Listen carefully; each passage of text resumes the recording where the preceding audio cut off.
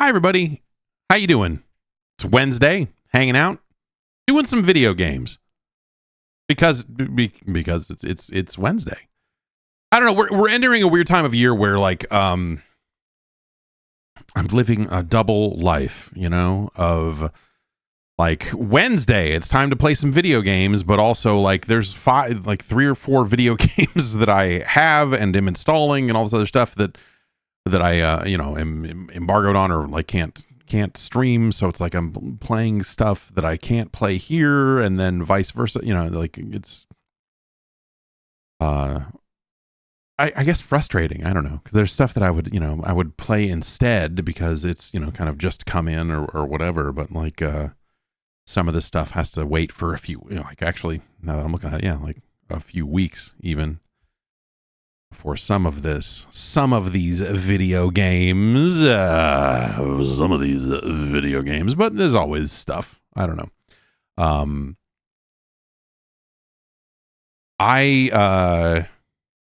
We'll probably move through a couple of things here today, unless something grabs hold, I guess. But yeah, this. I just kind of want to. I'm still really kind of curious about the Diablo stuff and seeing the changes they made to it. I've had a little bit of time to fiddle with it, but because the baby is sick, my nighttime video gaming has not been what I wish it was, and so I have not had as much time to play it as I would like. So I'm going to fire that up for a little bit and just mess with it a bit.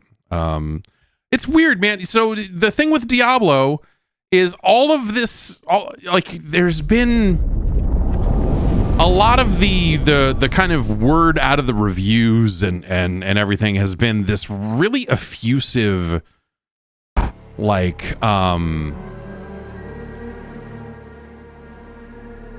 it's a brand new game. It's like a brand new video game, and no, it isn't. No. I mean, or some people are at least qualifying that by saying if you haven't played it since launch, it's like a brand new video game. To which I don't even know that I would agree with that per se, but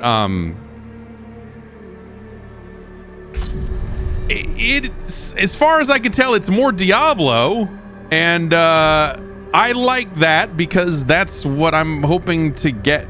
like that was my problem with Diablo IV, was this is a good Diablo game, but it seems like it could use a little more Diablo in it. And that's what, that is what they did, is they put more Diablo into Diablo. There's more stuff to do. Look at this area. Look at this new area that was not in the other game.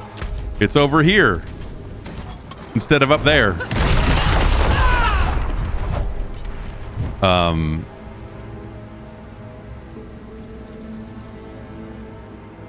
Where is this exactly? It's like, okay, so it's this new zone down here, or this new swath of zones.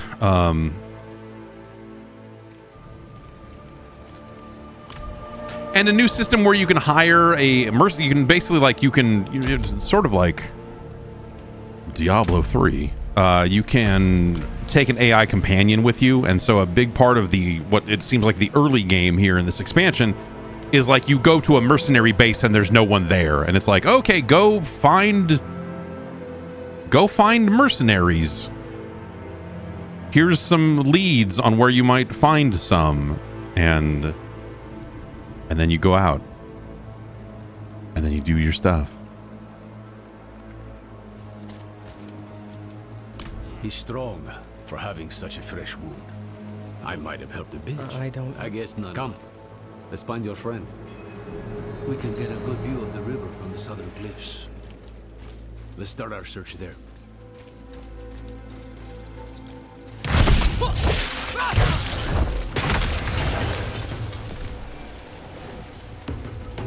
The game reset me back to normal difficulty, which I guess I could step it up if I really wanted to. I don't know. I kind of am thinking I'll play through the story content on this setting and then just figure out what to do after that.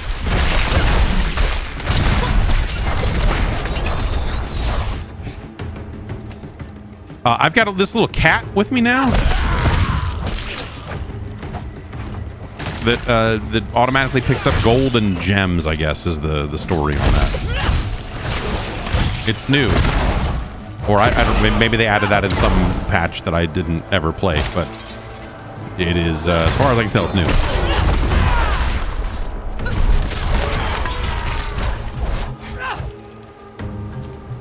It's nice getting new relevant gear. That was kind of the wall that I had hit, was like, I was just not finding new stuff that was any good. And the distance between me and the next difficulty level was really far. And so the amount that I was going to have to play to get back to a point where I was suddenly getting like loot again was a lot. And so now here I am getting items with 609 item power. That's probably better. I'm done caring about this. Like in a general sense, like I'm just kind of looking at the item number and going, yeah, okay, unless there's like a dramatic difference.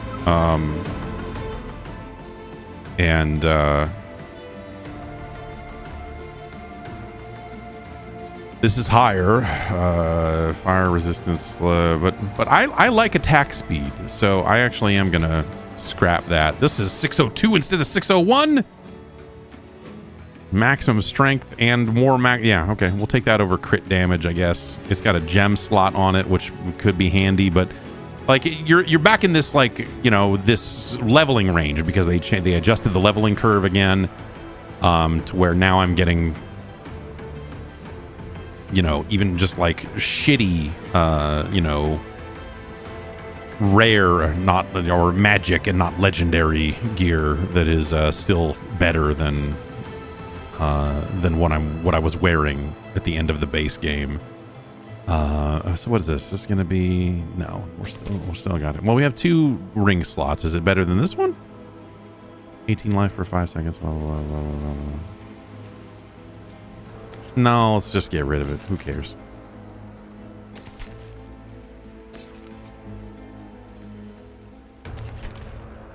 It's been weirdly nice to like get more loot and also be in a position in the story where you don't really have to care about it yet, because it's not, you know, you're not in any kind of end game scenario. You're leveling again and just like getting stuff all the time, and so that's fun.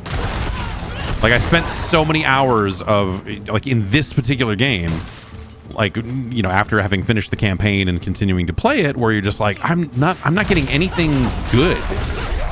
Like, if I want to get anything, I need to get an item that I sort of like and then go tinker with it a bunch of different ways to add the stats I want to it, and then level it up, and then, you know, and add an additional 20 to its item level, and blah, you know. There's just a lot of stuff like that.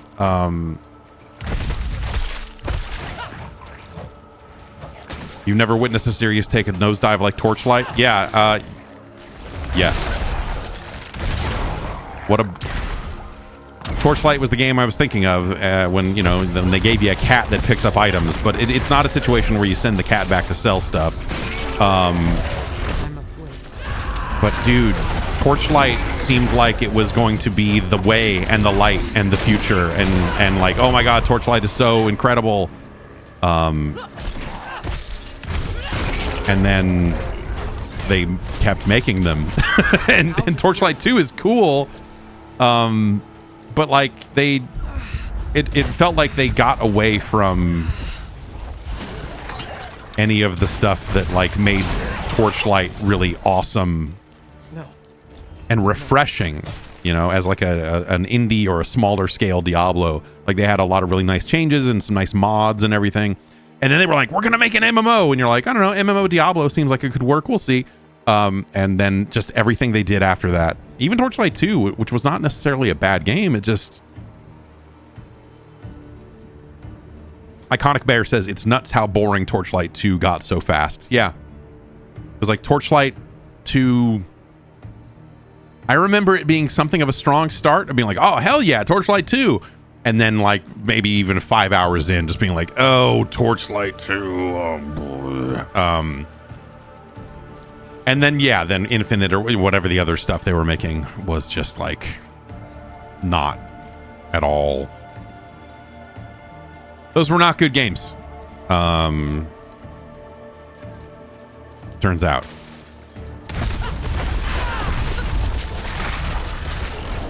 I don't have enough fury.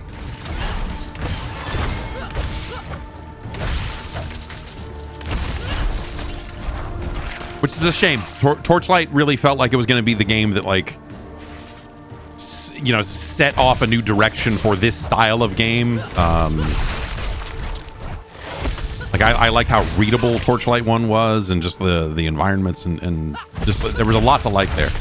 And having it be, having user mods and some of the other stuff that came along, it was fascinating. But it just never, kind of never went anywhere.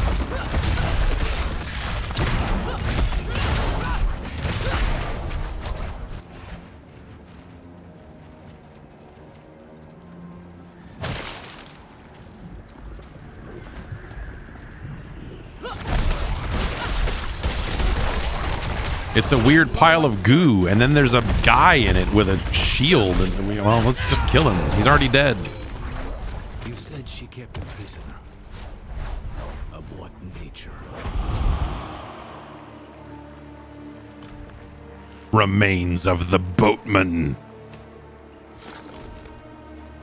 A moment of rest. A moment he isn't whispering in my ear. That's all I need. The Korost docks. Rest. It's a good thing she wrote that down. Did I ever look into Pillars of Eternity? It never. Yes, the answer is yes. I don't. I found it to be intimidating out of the gate, and as I spent more time with it, just didn't really like the moment to moment on it. I'm not a big fan of the art style. It's a game that technically I think looks fine, but I'm just not into it and the way that it looks. And that sort of just pushed me away. I don't know. I just never clicked with it at all.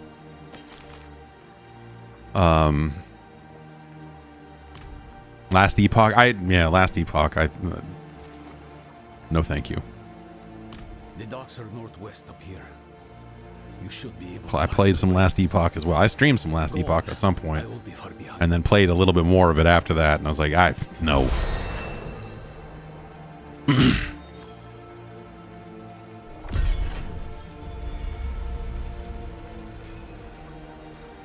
You just This boatman died screaming. I hope your friend knows what she's doing. Okay. Well, I hope to die screaming too, if you know what I mean, buddy. Woo! I mean, well, wait. What are you talking about? It's also kind of neat to have a bunch more points to spend on, skills. Another 10 levels of skill points and stuff. This seems like the one. Okay, so better berserking damage bonus. And you were always berserk when you're below 65% life. Okay. These don't really fit with the. I went with a build that seemed to be focused on berserking. I love to berserk.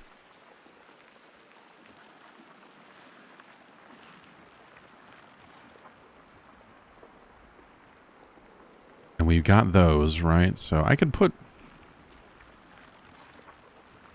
What is it? Okay, so more damage from my ultimate crazy attack, which that'd be neat. This death blow, I'm still not really sold on it. It's been fine.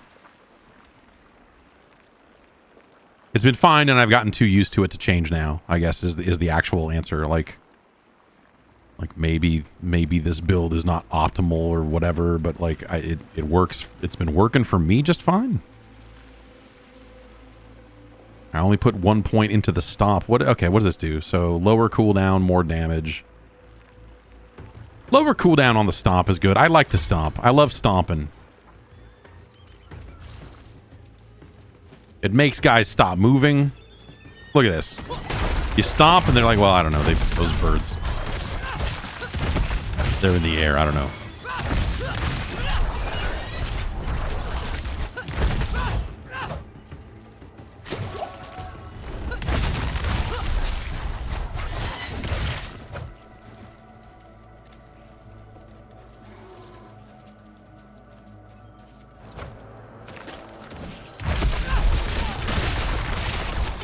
Out of fury. I like to spin and murder. I like to spin around and watch things die. It worked. This is. I'll try the new class at some point. I don't know. This was the only class in Diablo 4 that I really enjoyed. I tried the other ones, but just never really got into it. I guess I got to go back to town soon. My inventory was getting pretty full.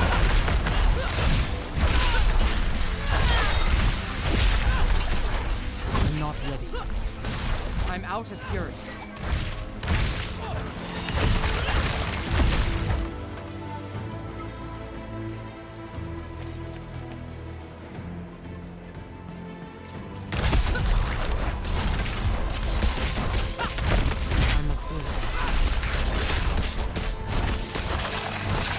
Should you get this now or wait for a sale? I mean, we're getting really close to that kind of holiday sale window, so I would probably wait at this point. I don't know. There is also the option of this game is on Game Pass. The expansion, I guess, is probably not, right? That's how they that's how they do it. That's how they get you, right? They say like, here's the base game is on Game Pass, but if you want stuff, you got to pay for it, right?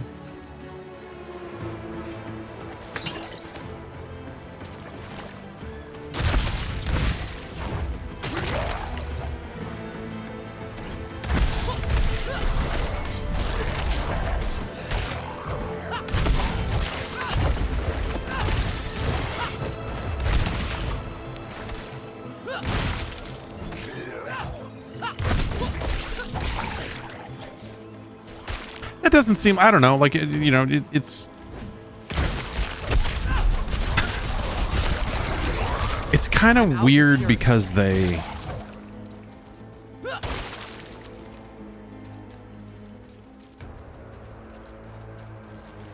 at some point it sort of turns the, you know, when it comes to a game like this that's getting updated, like if you're going to play this game with friends and your friends are like into it, then they've already got the expansion pack and they're going to want all that stuff, and you're going to be the, you know, if you're the guy on Game Pass, you're going to be the odd man out. But I guess, well, whatever. If you have Game Pass and you've got Game Pass friends, then none of you have the expansion, and so maybe that's fine. And then you make a choice to buy the expansion together, to play together, if that's how you want to do it. This is like a significantly higher number. Yeah, fuck it. Well, this number's higher too. Agony Slasher. Remember when you used to read the names of Diablo weapons and you were like, oh, it's of the fox or whatever, so that means it's gonna do this. You know, the affixes and stuff on a weapon.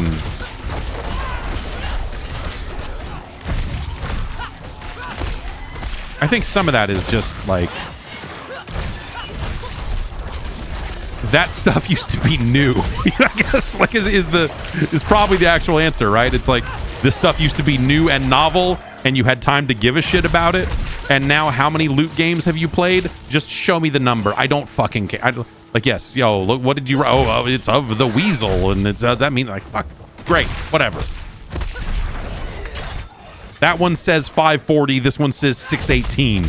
It's okay. It's better. Unless there's some highly build specific thing I care about. But even then, that's something you wait for endgame to give a shit about that stuff. So let's look at some numbers and equip some weapons. The video game.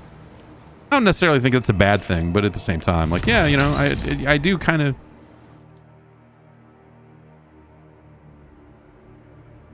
I guess my point is, it doesn't necessarily mean that the early Diablo games are better. It means that you, at one point, had not played as many games like that. If that makes any sense.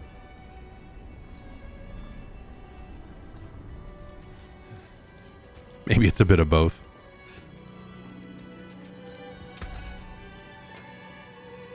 All junk. Turn that into stuff for me. Come back if you need work. I forgot one, sir. Give me 3 iron chunk. Anything breaks, the forge is hot. The forge is hot.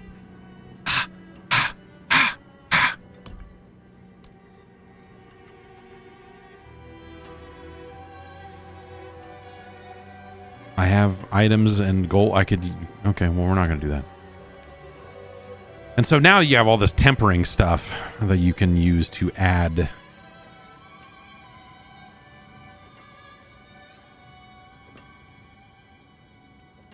Hatred's grasp of frosty strides.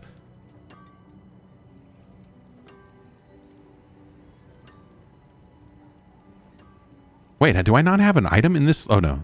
Oh, I can't update it because it's not high enough rarity. I see. So what does this even look like? I'm not going to do this, but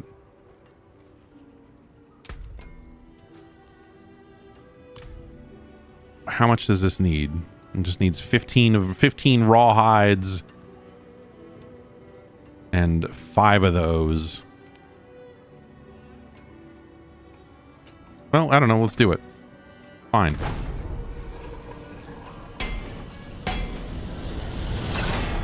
Boots! I love it. It gave me 8% movement speed, which is the lowest it could possibly add. The worst roll possible, but movement speed I like to move. I like to move it. And I like to move it. And I like to move it. So, I don't know. If I can spend barely any resources and move 8% faster, that seems like a decent, like not the worst thing I could have done. Even though we'll probably replace these boots like 9 times over the next hour. Why are these monsters here again? The thing I'm noticing about the expansion so far is that, like, just motherfuckers roll up on you. Maybe that's just because my daughter was sick and I was like, I need to find a safe space that I can stand because I can't pause the game. I should have warped back to town. That was the actual answer, but I wasn't thinking because it was an emergency moment. So I'm like, I'm just gonna stand here. I have to walk this character over here and then I gotta run upstairs and do it. And I got jumped. I'm low on fury. Give me the Strider's leggings. No!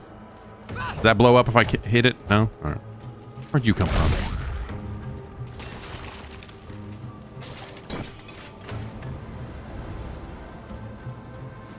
Someone must have seen me around. I should ask around. Y'all seen a lady with a devil man in a crystal walking through here? Further than here, stranger. Hollows will tear you apart, turn you to sludge.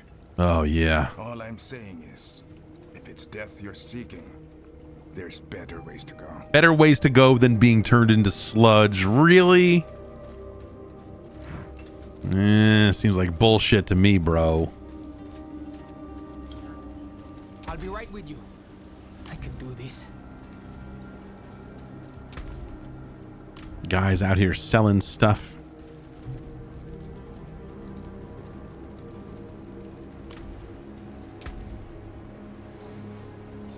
$612. That's higher than 603. But we lose this barrier ability and whatever. I guess I could be putting gems into all of this stuff as well.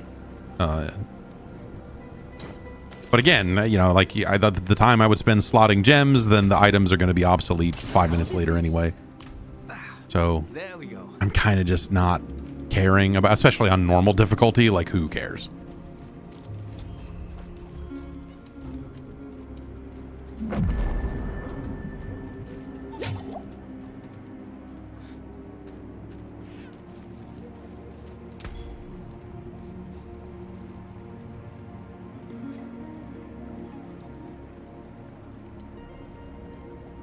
we got to be level 60 if we want better healing potions.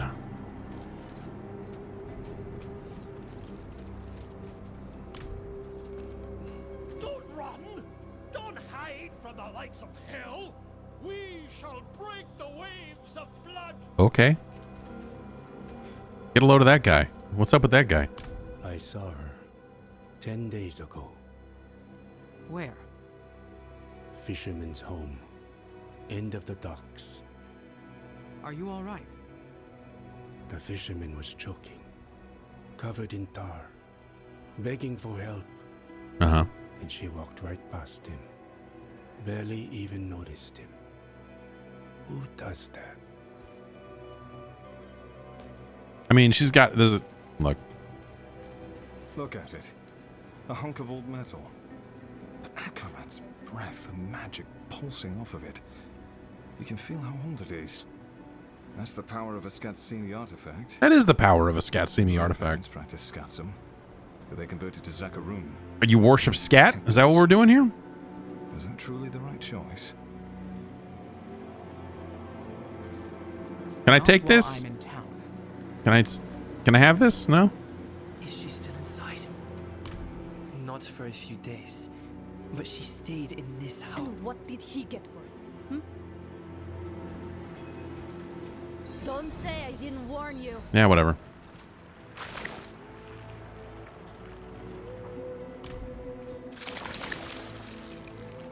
Seeking the meat of your flesh.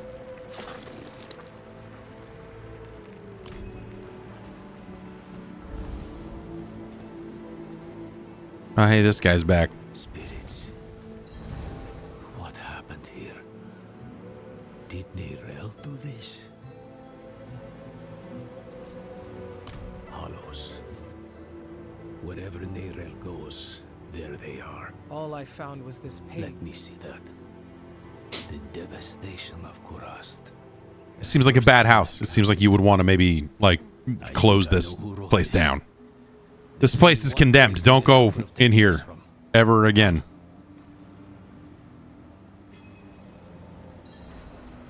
Maybe we should burn this house down. It was like something to... Hey, guys, you should probably burn down the fisherman's house. This is the Kirby, child. It protects us from the hollows. Whatever. And all the evils of the world.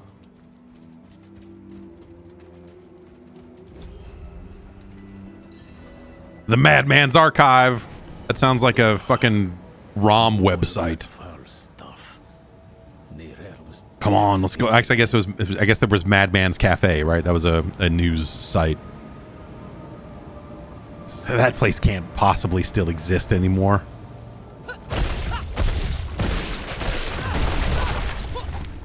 It was like someone who was living in Japan but writing in English, and it was a really good place for fighting game news in the 90s or something. It's more like a madman's den than an archive in here. Madman's Cafe still exists. That's cool. That's cool. must have been looking for something. See what you can find.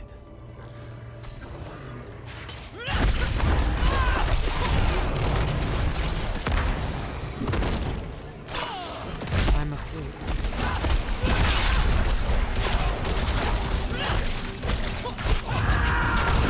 Let's call in the guys. Hey guys, come in here and do some spinny stuff with me.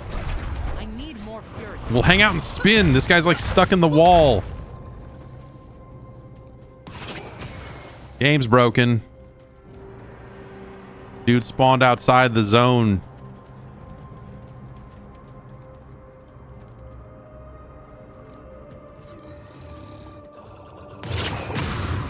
This guy's a teleporter, but he...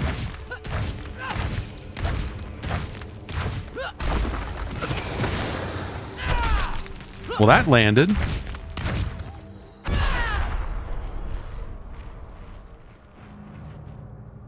And there's two more red... Okay, these guys spawned over here. Oh, so I guess these guys are just going to keep spawning until I beat the big one.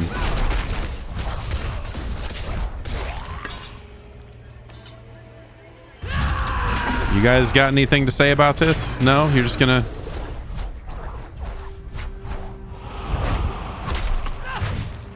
Like, my normal attack doesn't even hit.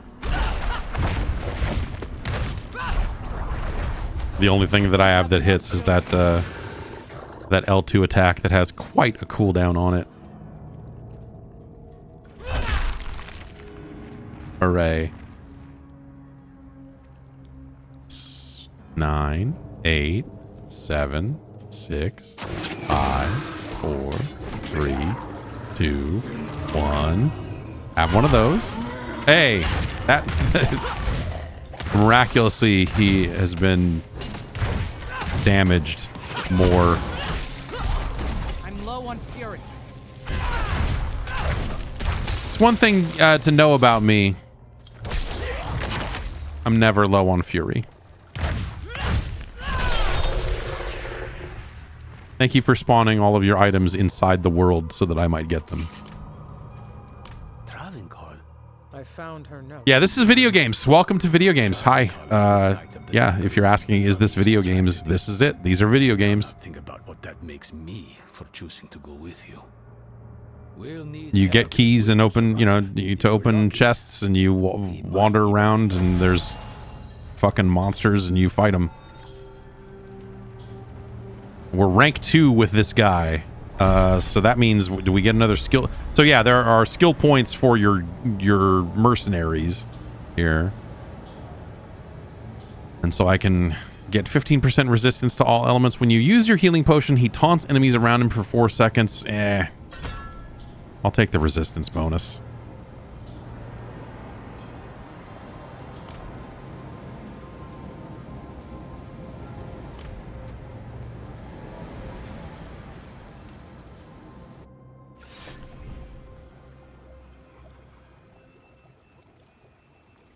I saw the lion! Liar.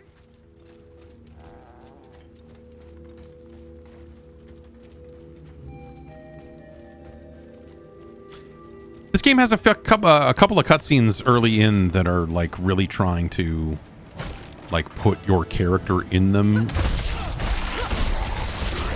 And like the way it draws to screen is like really messy.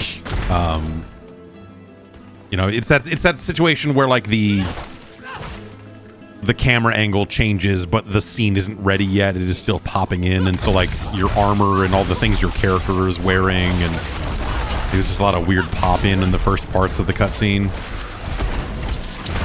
Stuff that I was like, you know, like it's something that, hey, plenty of video games do it. There will be plenty of video games to come that do it as well. But it is also one of those things that you see and you just go like, why? It's still like this.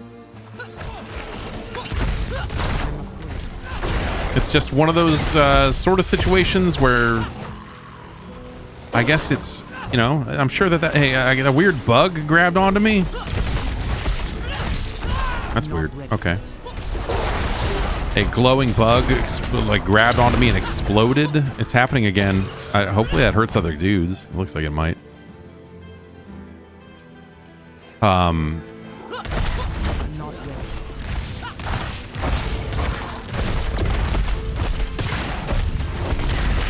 It's got to be one of the situations where the trade-offs, like whatever it would take to fix that rendering problem, is not worth it.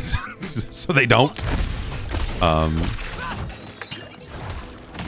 Or, you know, it doesn't happen on every computer, or, you know, whatever the... So I feel like if that was something that, you know, it would have been fixed by now in more games. Games wouldn't ship with those sorts of issues if people cared that much about it. But I guess maybe that's the action RPG conundrum. Is as much as there are aspects of the story in this game that I enjoyed, but I still find myself skipping dialogue and cutscenes to a certain extent because who cares? Let me blow up skeletons. Yes, I want to do it in service of murdering the zealots and the scum, and you know, like all. Yes, there's a lot of people that have to die. I get it. And there are storyline reasons for why all these people must blow up and why I must murder and blow up all these skeletons. But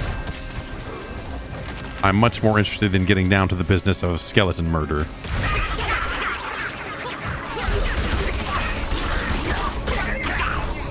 See, that's fun. A bunch of little dudes spawned, and then I murdered all of them. Lost souls drunk on the toxins of the wilds. Usually twist the jungle to their needs. Eni oiso hana vihacho akarat. Who are you to ask such a boon of me? You know me, Great One.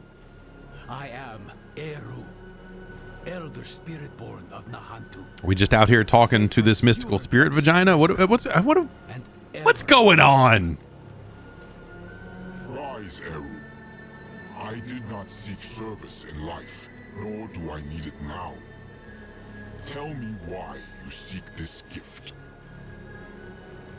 We march on the cursed city of Dravenkal to save a friend. She is in great Or Diablo likes a slightly more active form of cookie clicker. Sure. I mean, you know, they scratch similar itches, right? You could argue that, like, the whole thing, the joke of Progress Quest and all of the incremental games and idle games that came afterward, like, that main joke was like, hey, it's the progression, you know, it's the perceived advancement, it's the perceived increase in strength that makes games good. The numbers go up, and you go, yeah, now I'm killing this stuff way faster. But all games just scale the enemies alongside you now, so you only get that feeling of power in fits and starts. Whereas Cookie Clicker, you feel it, baby. You feel that power all the time. You've got less to prove than the average boon seeker. That's me. He's given us protection, the average boon seeker. I'm out here seeking boons. Chance than this. Meet me outside Travenkal.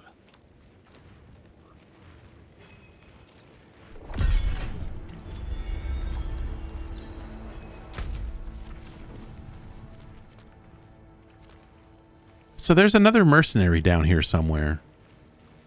I wonder if I should just go take a trip and instead of just doing the next big story thing.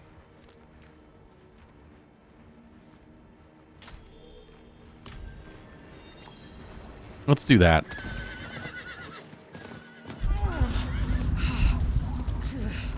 Oh, there's something going on with my character. My blood feels like fire in my veins. Could it be her? Hey, well, there's a thing over here too. What's going on?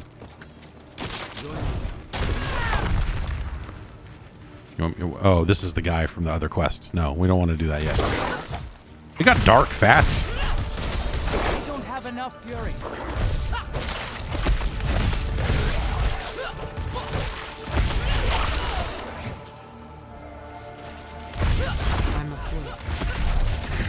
Like, I kind of want to see what the other mercenaries look like what the other, you know, kind of AI companions seem like they should be. And unlock that stuff.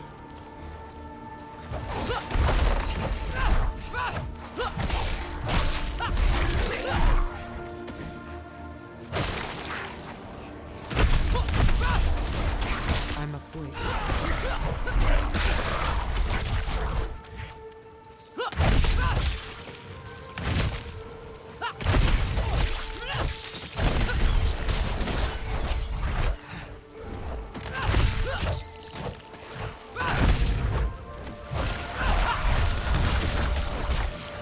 Did the open world part of this game turn out to be a good or a bad thing? You know, it's not even, it's just a contiguous area, you know, instead of like, hey, Act 1 is here, Act 2 is here, you know, they're just connected. It's not, like, there's still a desert and a snow area, and, you know, like, you're still fast traveling from place to place, so I don't know that it actually makes that much of a difference in the grand scheme of things.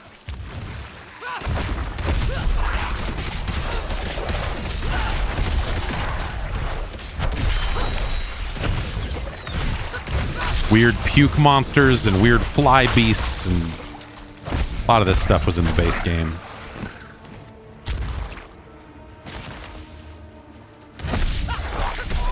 That guy's name is just Sucker. I mean, he's a giant mosquito. It makes sense, but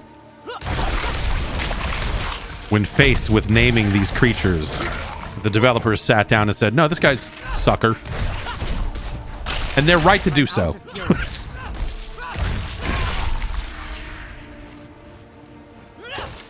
Ugh, bunch of junk baskets.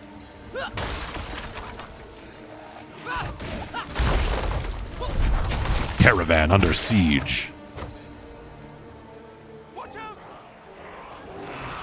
Get them away. You're all gonna die. It's fine. I'll get a treasure chest either way. It just won't be a great treasure chest because you'll all die.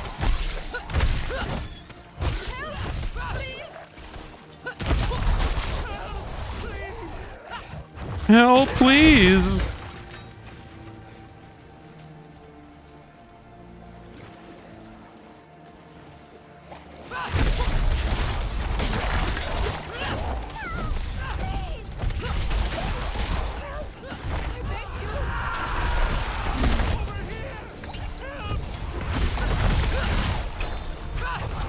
You guys should all get under one caravan because it'll just be easier to defend. Oops. The Sucker.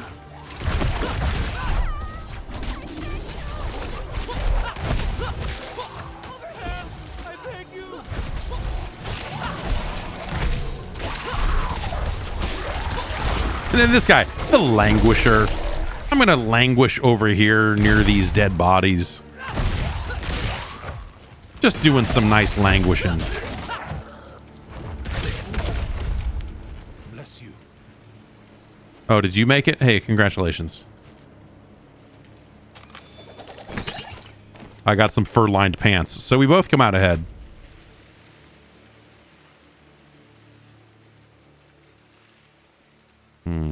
I do want to play a game of Lucky Hit, so we'll equip that one. Am I replacing the same thing with you? Okay, whatever. 613? What?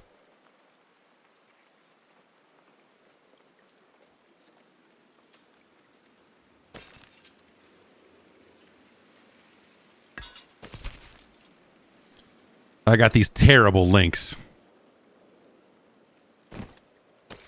There we go.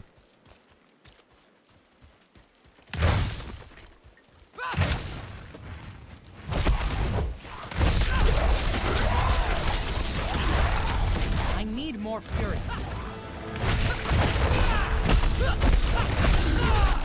Been messing around with the there is a work in progress CDI core for the Mister.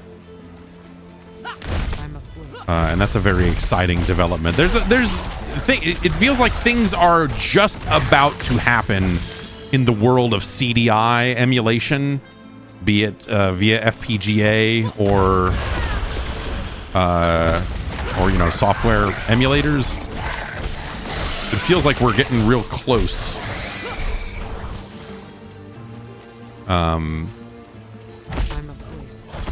And that's exciting. There's a lot of interactive manuals for Volvos that were released in the Netherlands that I would really like to look at. Released in the CD interactive format.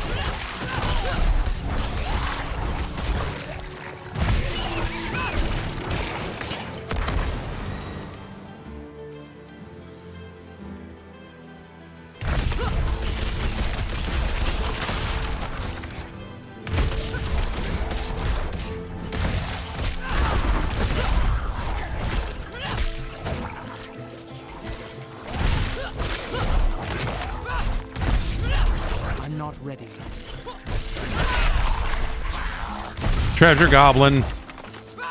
You know me.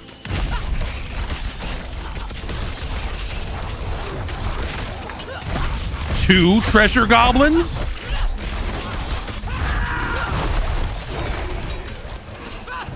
This is insane!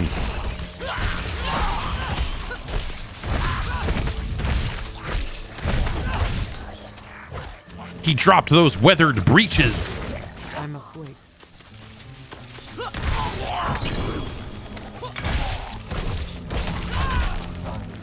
Get back here, you fucking fuckface. I mean, in a lot of ways, games like this, you know, are kind of deeper takes on Gauntlet and like that style of adventure.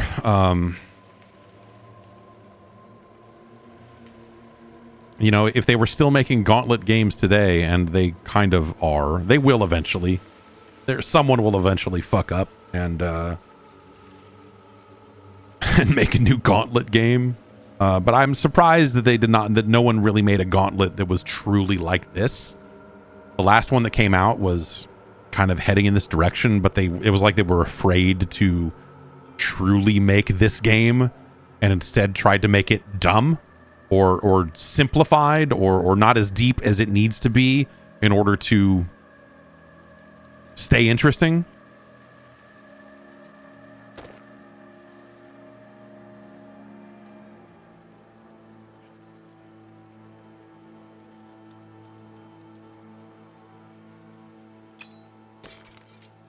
Why can't I mark this item as junk?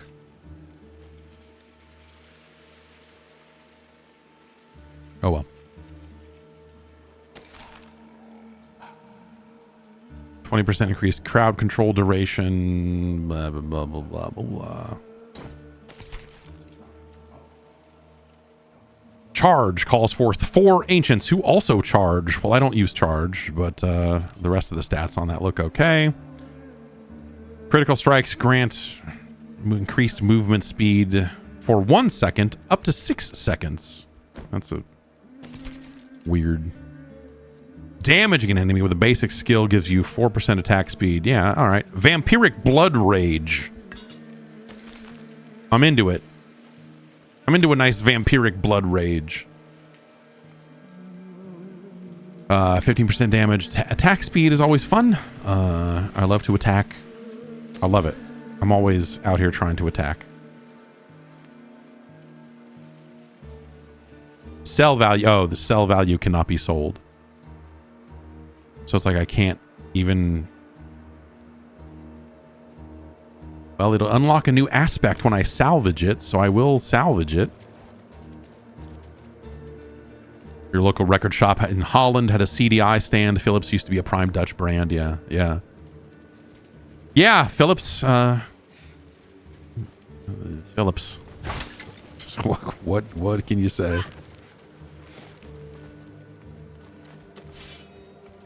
If you want some Japanese karaoke, might I recommend the CDI? Might I recommend a Malignant Incursion? Let's go in here. Let's check out this Malignant Incursion.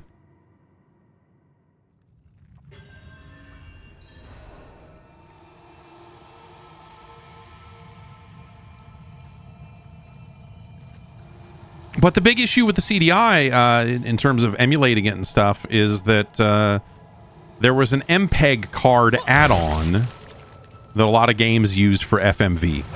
And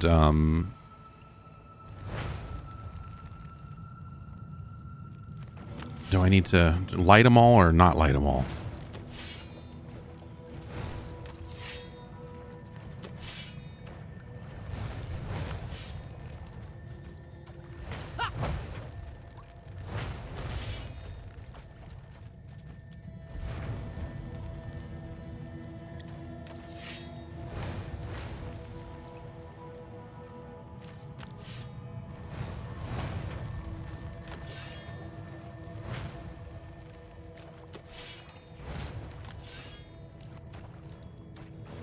Okay, so this will no, because that'll put that one out.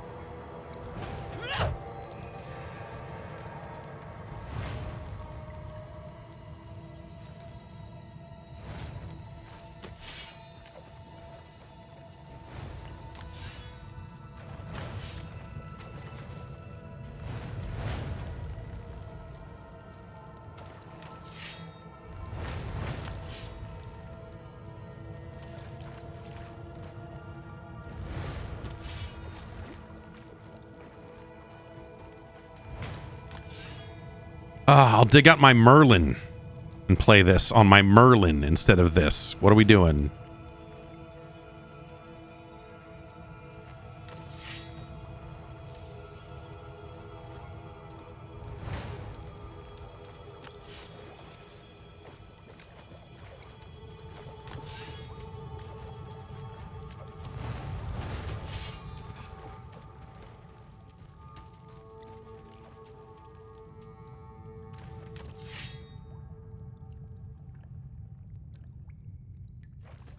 So this will light up those two. This will put out those two, but it'll light up the other ones. This will put out those two, but it'll light that one.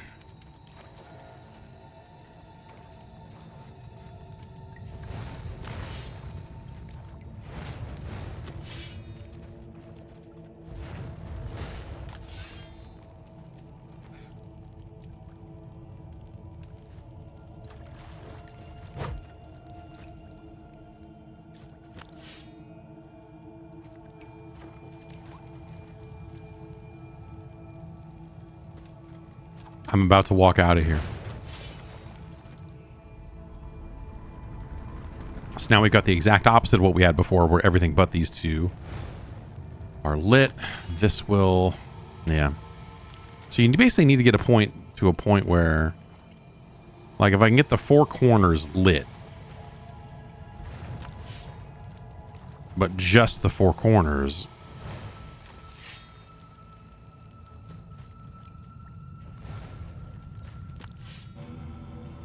then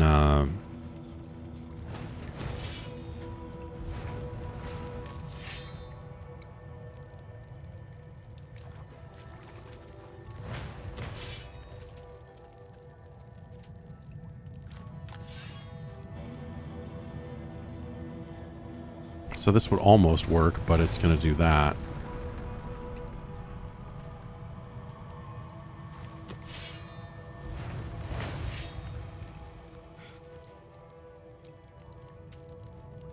So if we did...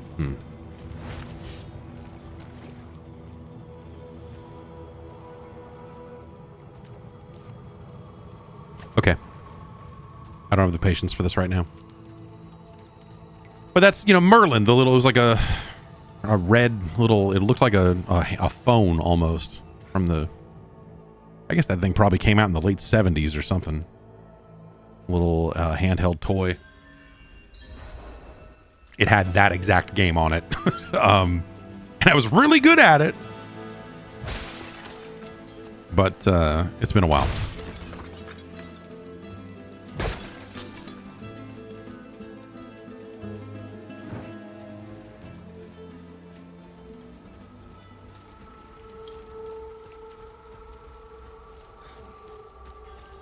You can emulate Merlin in MAME now, which is kind of awesome.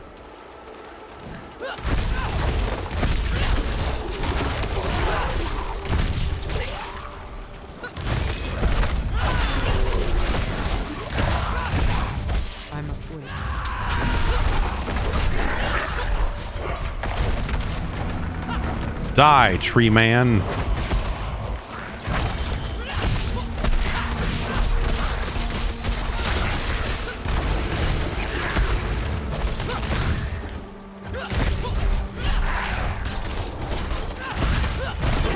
But yeah, so the CDI core for the Mister, it doesn't have any audio yet. Like there's still, it seems like there's a long way to go.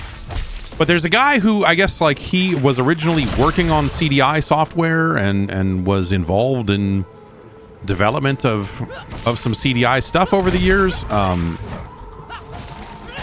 And he is the guy responsible for what is kind of the best source for CDI emulation.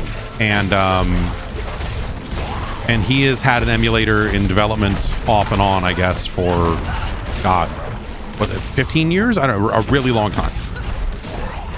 And he is back at work on it and has been putting out some good releases over the last couple of years here and has some plans for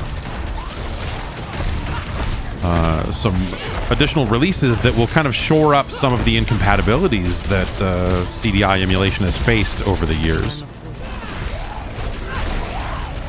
And so things like emulating that MPEG cartridge, which will make more games work, are kind of on the table again in a way that felt like they were just never going to get touched because there just weren't enough people who cared about the CDI to do the work. And I don't know, the idea that someone is working on a core for the Mister and this guy who is, you know, kind of the prominent voice in CDI emulation is kind of back on the job to a certain extent is exciting. Was there a must-play game on the CDI? Absolutely not. Not even close. Don't and anyone who tells you differently is lying to you. No, the CDI is a fucking a very weird. It's a curiosity. You know, it's a very strange thing here. You want to play some Burn Cycle? I guess you could.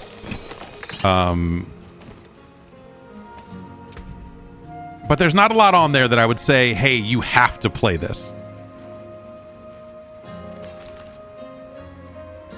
There's some things on there that you play and go, oh, okay, yeah, interesting.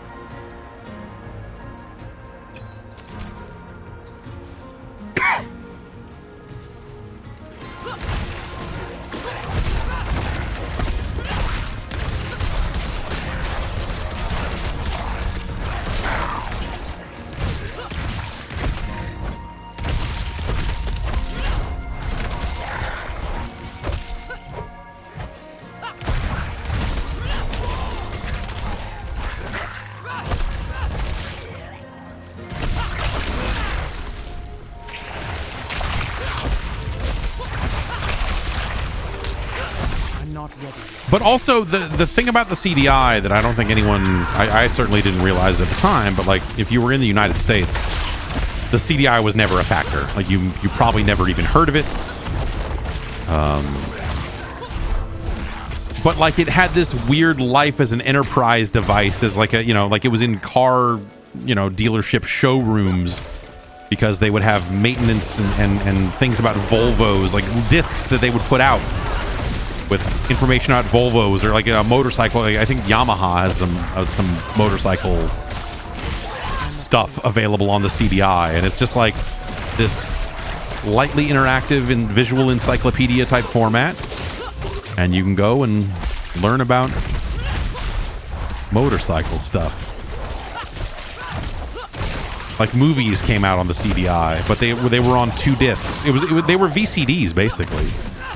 Before we knew them as VCDs, you could get Top Gun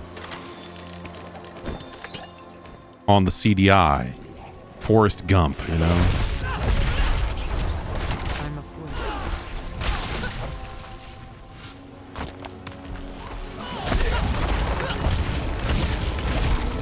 The format of the future, for sure.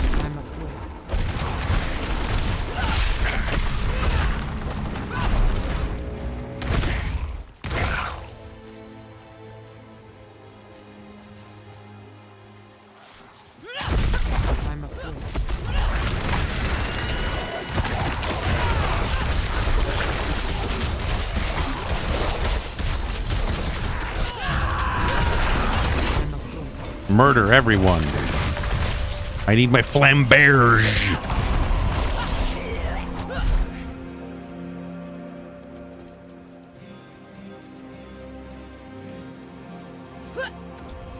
Good jumper. Search for the covert passage. That must be the tunnel's entrance. Oh, could it be here? The one dead end in this tiny little...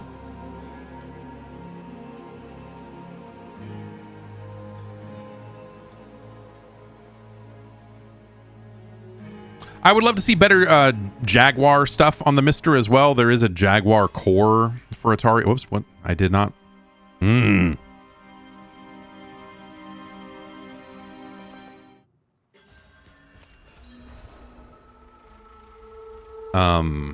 be nice to have that, but like Jaguar emulation now, I guess, is kind of a solved thing with the presence of the big P. emulator.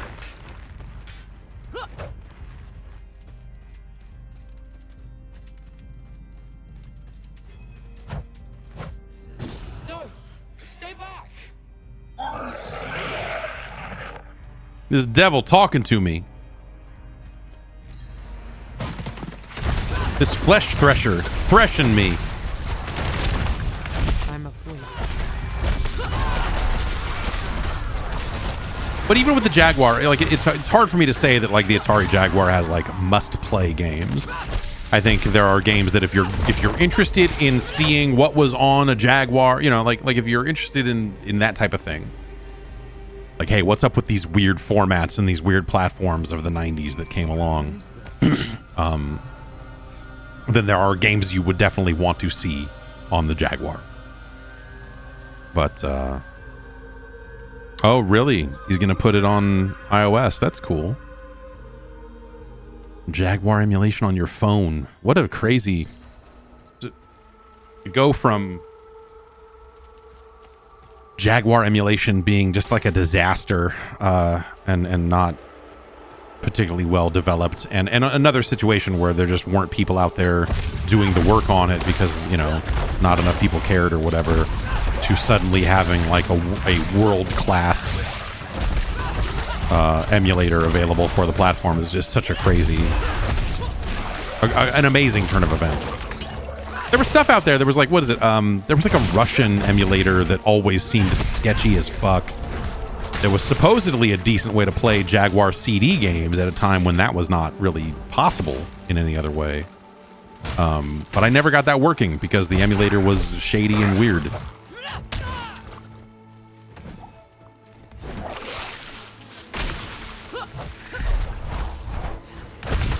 It's always baffled you that we don't have perfect emulation for Xbox or Xbox 360. I gotta, you know, Xbox is another platform that has come a really long way relatively recently. Like the original Xbox, there is a really fantastic emulator available for it now.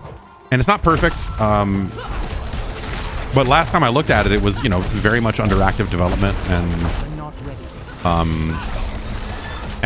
plenty of games were very, very playable. Like I was playing some Tony Hawk 2X relatively recently on that thing. The problem with the original Xbox is that the NVIDIA part in it is not like it was I guess not super well documented, and so like figuring out what they needed to emulate to make that work was actually very tricky.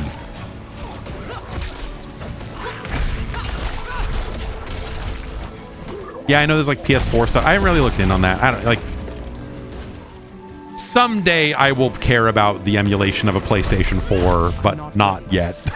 I don't. It's not like that's an interesting thing, and when people pursue, you know, recent systems like that, I'm like, oh, that's fascinating. But like I've got ways to play that stuff. You will officially feel old the day you can emulate Halo. I'm pretty sure that day happened a couple of years ago.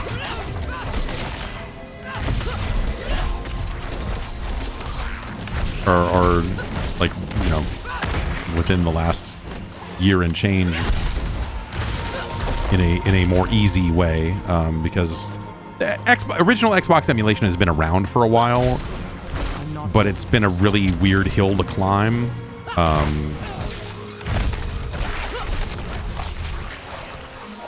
Because the Xbox emulators that were available for a long time were really clumsy.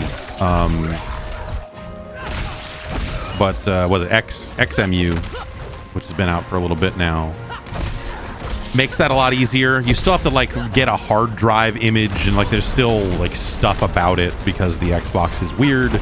There are still things you need to do that are a little strange, but that's not that hard, you know.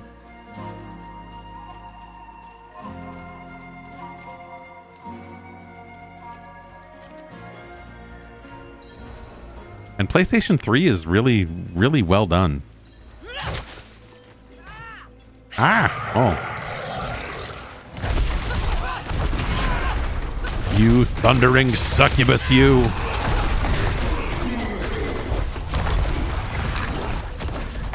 I want, because I know there's Insignia or whatever, which is the efforts to bring together private servers for original Xbox Live. And I have a bunch of Xboxes here. I just haven't had time to like dig one out and see which one works, and you know, if which ones have battery acid leaked all over the board and are destroyed, or you know, or whatever, or leaky capacitor problems. I have not had time to get an Xbox up and running to try to get that stuff working.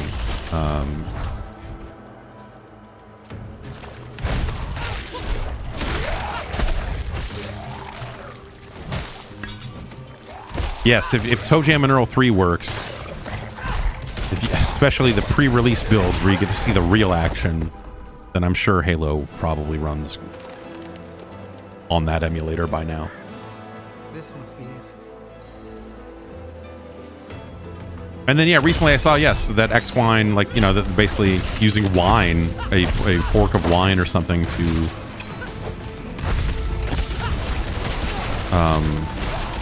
get Xbox One games running on a PC, which is fascinating. At what point is this no longer emulation and you're just kind of like, it's more of a wrapper? I'm not ready.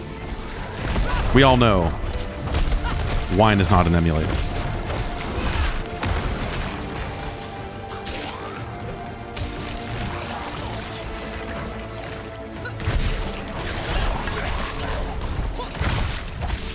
I'm afraid.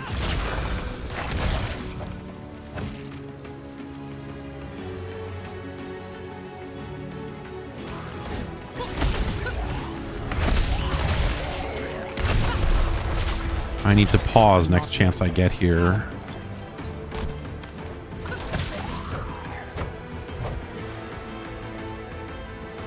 Let's see.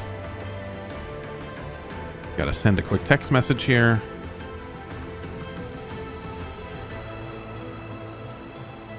And I didn't grab it before we started. I gotta grab the monitor, the camera thing up in the kids' room.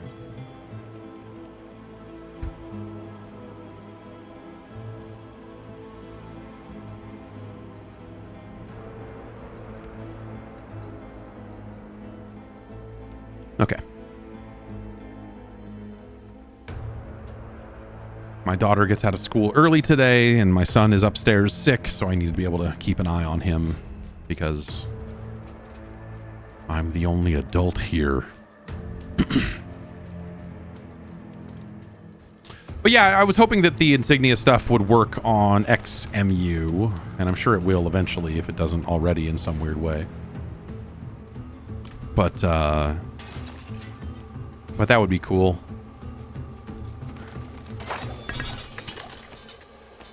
Give me that mangler.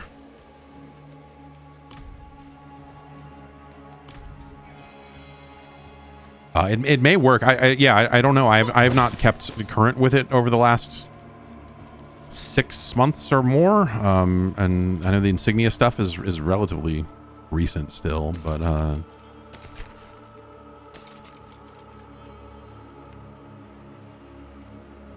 sure. Sure. Sure.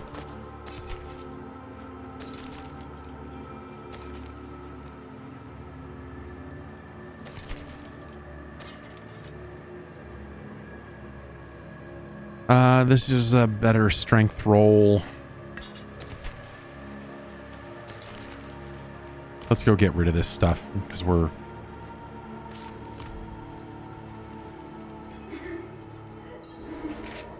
Oh,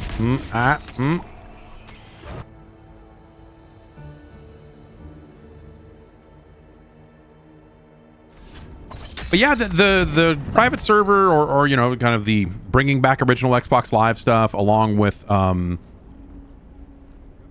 there's a fake PSN for PlayStation 3 emulation that you can use with some games. I think some of the same people that are doing that also do some PlayStation 2 custom server work. So it wasn't that long ago that I was streaming SOCOM running on private servers, and there were actual humans playing them, which is terrifying.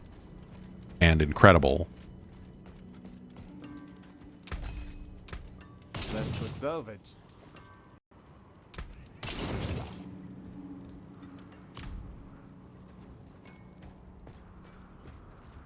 I kind of wanted to play. I think they also have working. It's what is it? It's Battlefield 2 Modern Combat or whatever, the console only like variant of Battlefield that they did back then, which is a weird. I remember liking that game for what it was. Like it was, you know, eventually consoles would just be powerful enough to run real Battlefield and it wouldn't be a thing. But it was like a weird. Like it kind of came out at a cross-generational time, and so it came out on original Xbox and Xbox 360. I think, yeah, it came out on both. Fine wall. 7 seconds to kill it. I don't want to hurt you.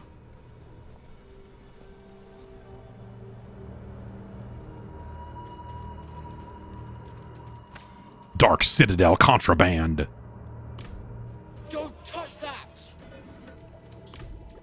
You can't have any. No! I warned you.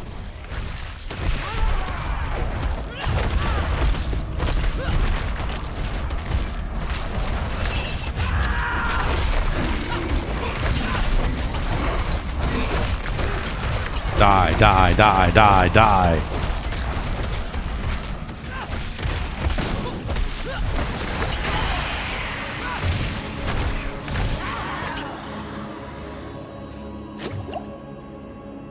My son, don't blame yourself. I know you can't control your powers. Never doubt that I love you, and will always love you. My only regret is I taught you shame and fear all my love. Duh. Duh. Leave! So is one of these mercenaries going to be this creepy demon boy, I guess? I don't want to have a creepy demon boy with me. He's dead. I tore him apart. Where did you get that? You're a child. Is this yours? It was a gift from Father. Please. Where is he?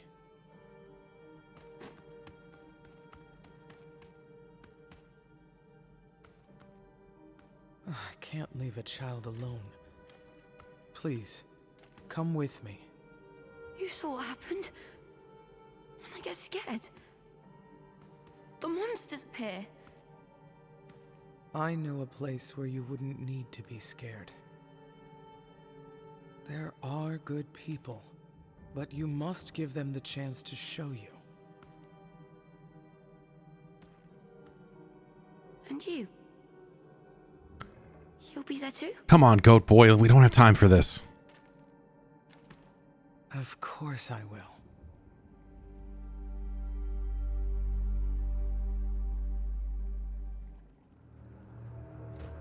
Where should I go? There's a man named Raher. He's behind me. Good man. He leads a group of mercenaries called the Pale Hand. He's literally right behind me. Find him. Find him. If you can. I don't, it's going to be tough, but find him. All right. I'll meet you there. No, well, he's right here.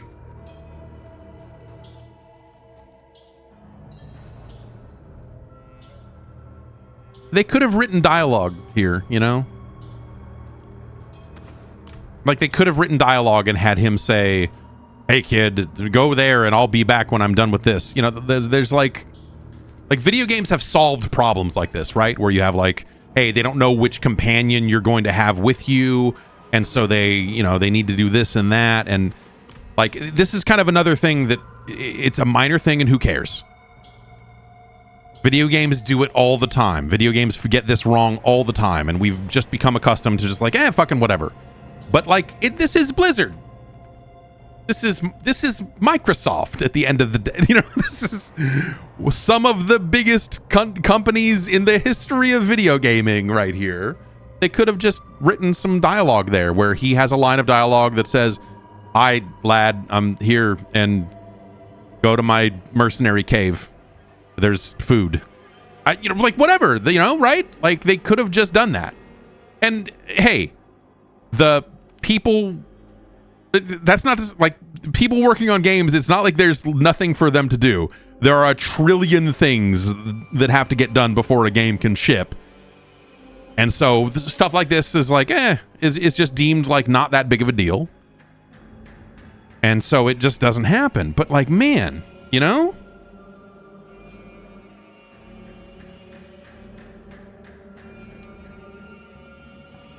we should be past this as a people, as a society, I guess is my point. And it's, if you're going to offer player choices and things that, like, oh, we're going to have different people with us, like, do the writing, do the work to write the stuff. Cannon Chat says, it's video games, but like, yeah, but also video games should be better.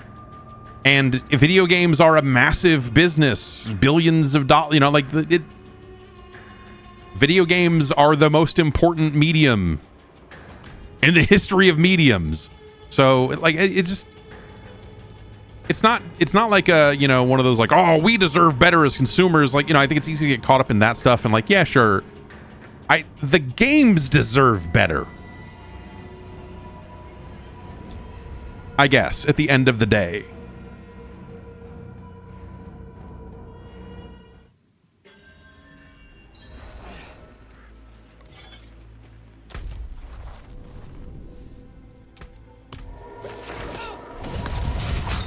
Well,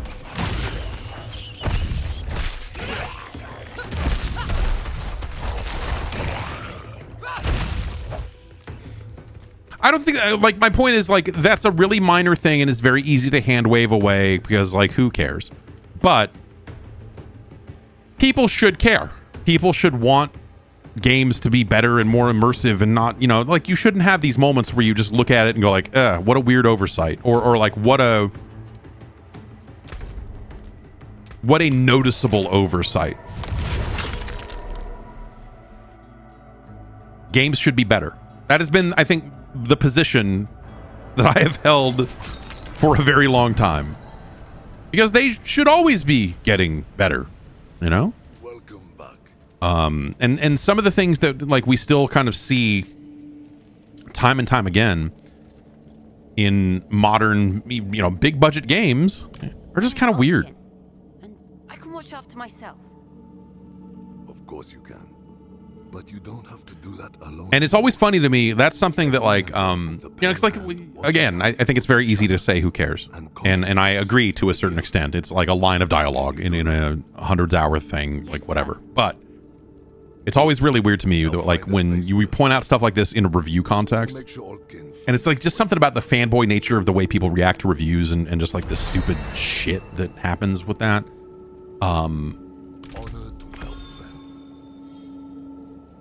Is like you point this stuff out and people will go, oh, you're just nitpicking. It's like, well, that doesn't, okay, yeah, I'm giving it an appropriate, I'm not saying this game is a 2 out of 5 because they didn't write the one line of dialogue. It's nothing fucking crazy like that.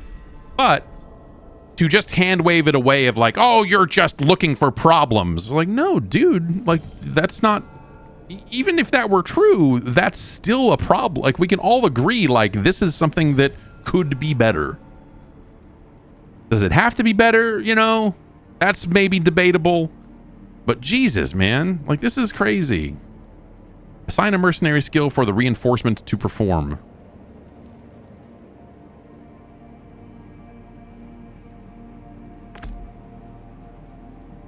Assign an opportunity for when the mercenary skill would be triggered. Oh, so basically when you do reinforcement, it's like when you do a thing, they will do a thing. That's kind of cool. You can kind of synergize skills a little bit around it. So if this hits enemies and slows them down for 6 seconds, we probably want them to use that when I'm going to be nearby and murdering them. Cast when the player casts any skill, the player becomes injured.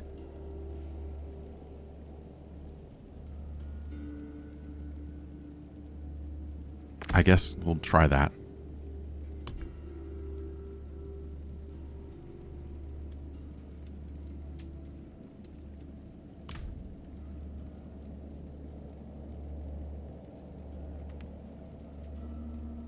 Assists you on command. Rapport earned with your reinforcement is reduced by 50% while a hired mercenary is active.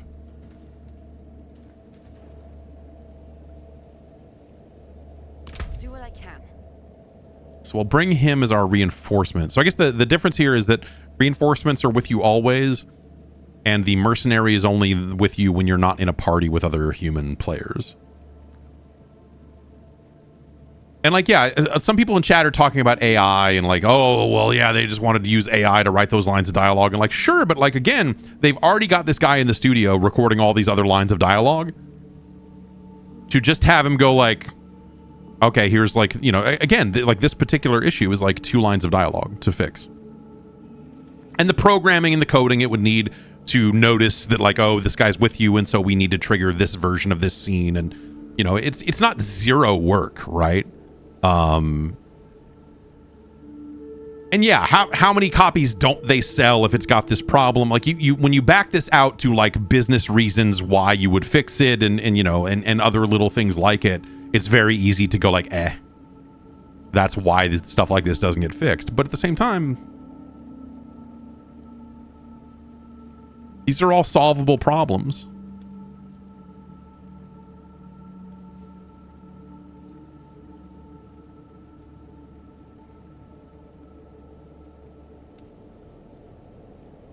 Moderate fire damage.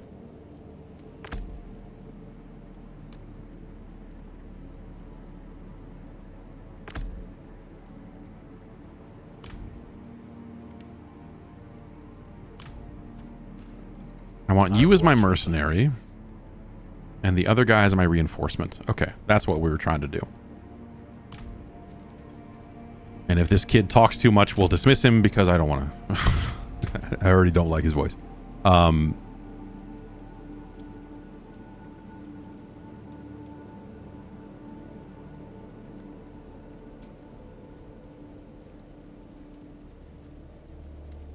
Yeah, and I guess like that's ultimately my point is that games should be better, especially these big old things like this, these, you know, big expensive games that you're expected to play for years and years, but also you're only going to see that scene once. I don't know. I guess I see it from both sides. I see why someone would just waive it and just go like, we're not going to fix that. We're not going to address that. But games should.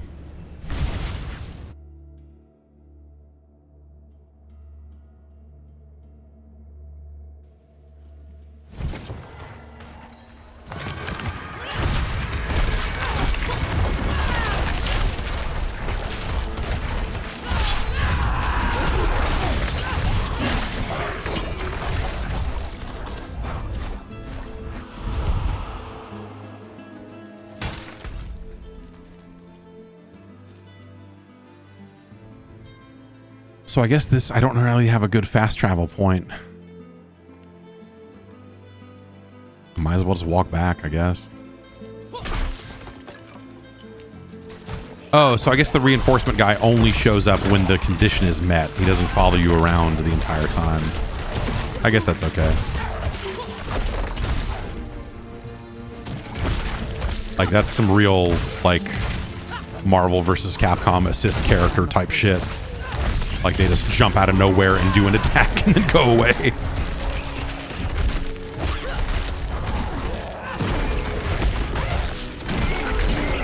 Ugh, you're not the only wretched, bloated corpse fiend around here, friend. I must wait.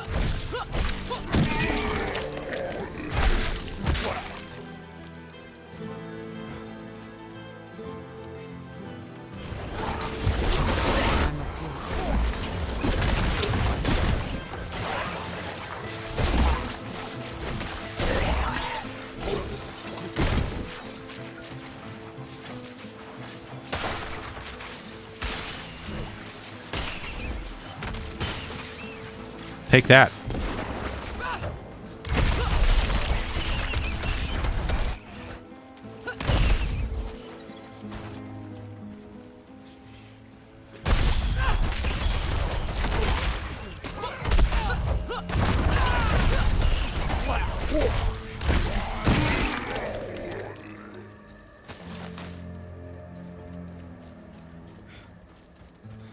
And I guess I could ride my horse, but like I'm trying to level up. I'm trying to kill dudes.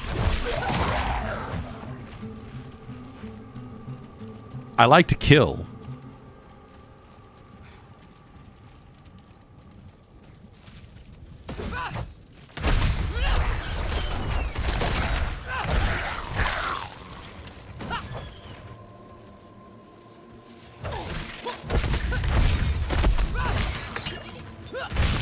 I do like the idea of there just being like a swarm of flies and you're swinging a giant fucking axe at them to kill them, and it works. And that's like effective.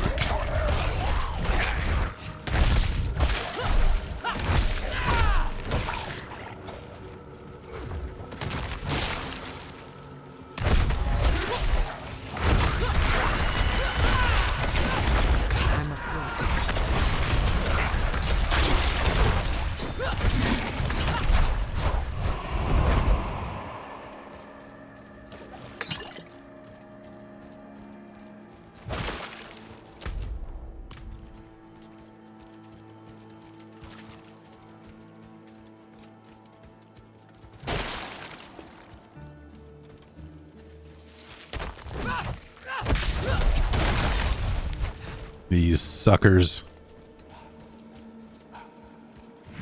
I must wait. Oh, can I only get in? Yeah, I gotta go around, and like I can't get into this area at all until I go around and talk to him to go in. So we've got to fucking... Well, now I am gonna ride the horse, because fuck this.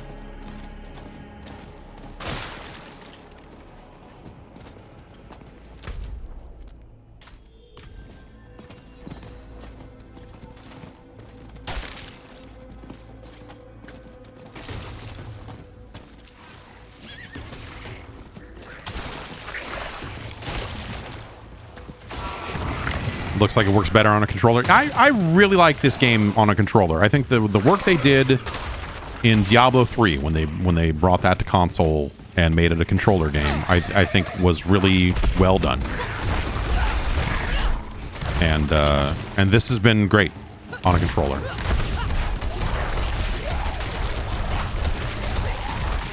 It's like I'm playing fucking what, Champions of Norath or whatever.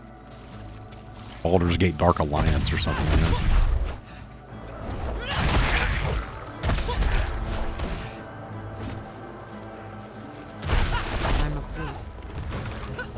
Or Diablo on the PlayStation 1, if you must. Which I remember at the time being surprisingly good.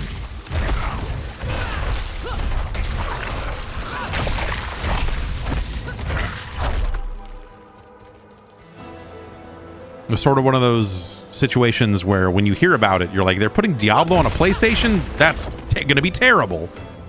But that PS1 version of Diablo was very good.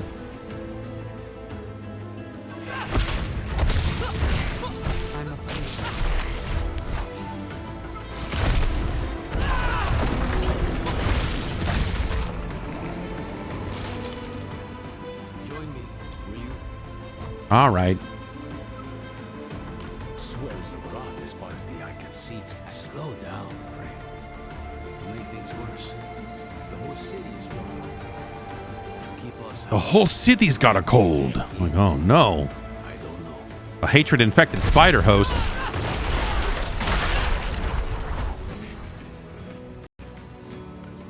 I'll need to tend our connection to this ritual. Might attract attention. Wehacho akarat. Haeo pa. La kusa ipakun kehegar.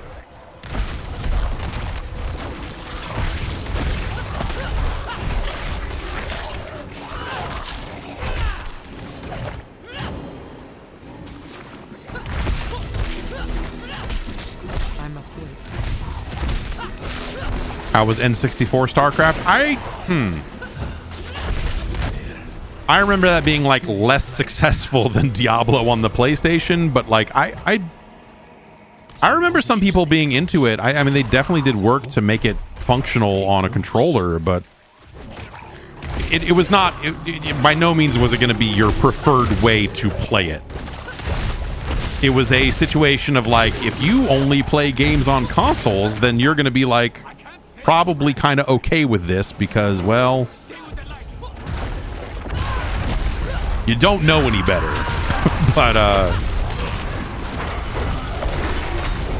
yeah, I don't remember it being especially good.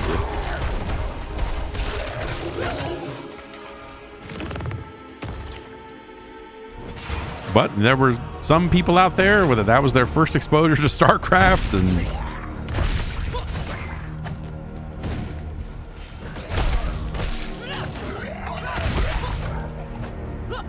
and that's just how it goes sometimes.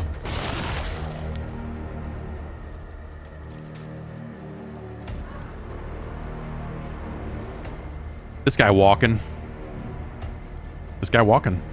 We walking with him. This guy chanting. Incanting. I think you said the wrong thing, bro.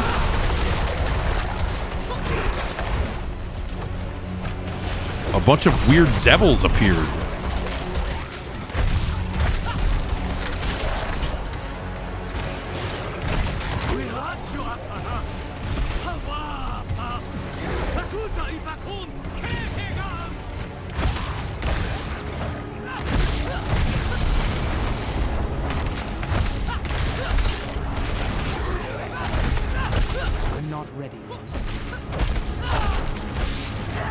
Take that, fiery succubus. We'll need to spread this light across the city, one sconce at a time. We gotta get all these sconces. There's so many fucking lit up sconces. All right, Diablo. We're gonna strengthen this boon. Oh, do I have to? I'm probably gonna. No, we're gonna look at these swords. Nope. And nope. And then that's Diablo.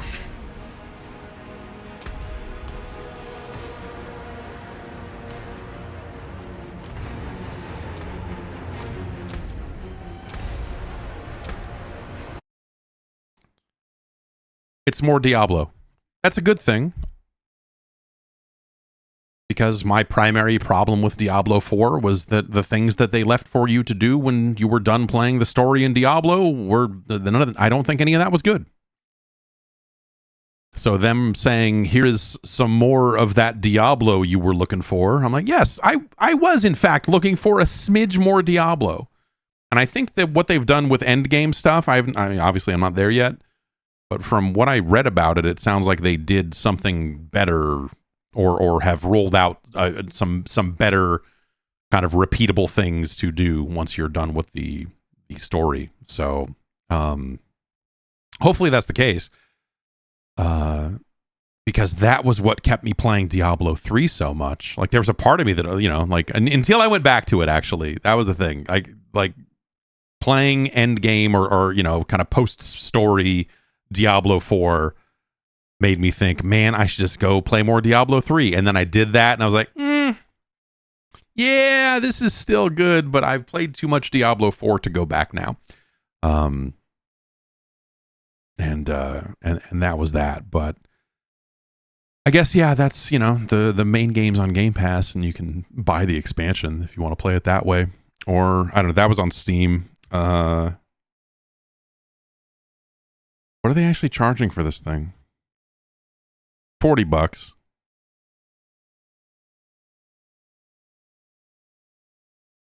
I would hope that there would be a lot of Diablo in this for $40.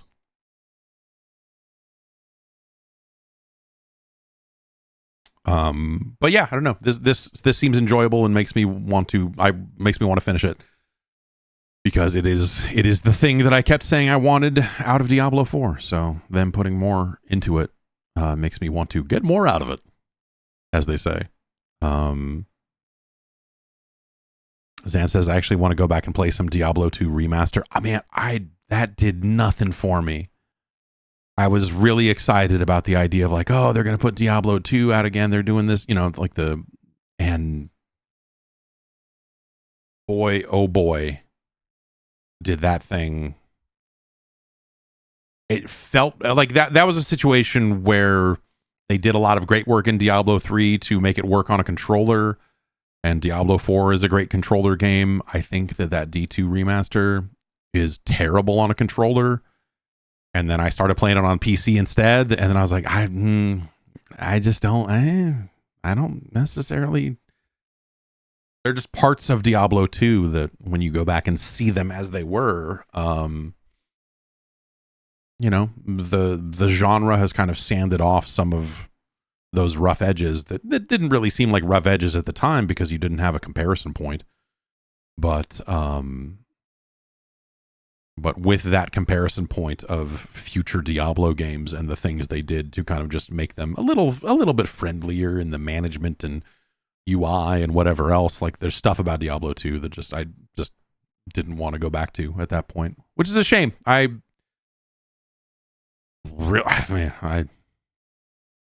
played a lot of Diablo 2. Stop me if I'm surely I'm not the only person within the sound of my voice here who played a lot of fucking Diablo 2, man. I played a fuckload of Diablo 1, and there weren't even a lot of great reasons to replay Diablo 1. But yeah, those are some goddamn video games, man. For sure. So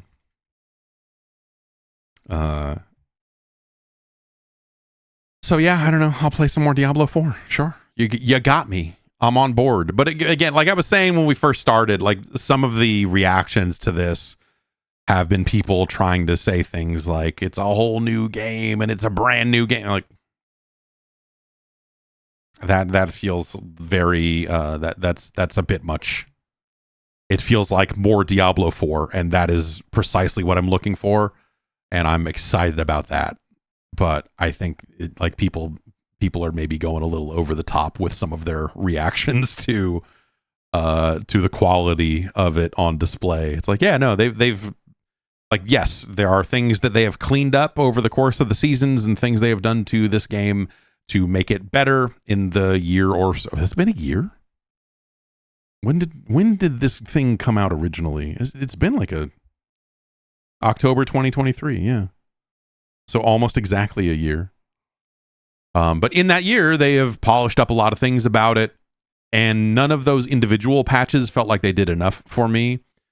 There was the one where they were like, this is the new loot pass, and it's going to be like, and even then, I remember reading some articles from people saying like, it's like a whole new game, and like, just stop writing that way. Like, you do not work for Blizzard. You're writing articles and reviews about a video game. You don't need to do it. Just don't do it. You don't need to be this effusive about a thing. You can rein it in and say exactly what it is. You don't need to be jumping out of the seat like, I don't know, you don't need to be that guy. You can say, hey, they've patched it. It's a dramatic increase in quality. You can say, there are plenty of other words to use. Than trying to wrap it up in, so we've got to have a punchy line, and you don't need to do it, man. You don't.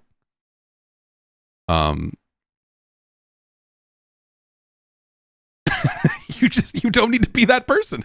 So yeah, I don't know. Like, but yes, even when they revamped all the loot stuff, there were people that were trying to say it's like a whole new. I mean, it's the Dota thing, right? I mean, it's the Dota joke, but happening for real. It's the every time a Dota patch comes out, someone gets to say, it's like it's Dota 3. And, I don't think anyone says that seriously anymore, but the joke came from people saying it seriously. It's like, they've changed so much in this Dota 2 patch. I mean, they could call it Dota 3. Dota 3 is called Deadlock.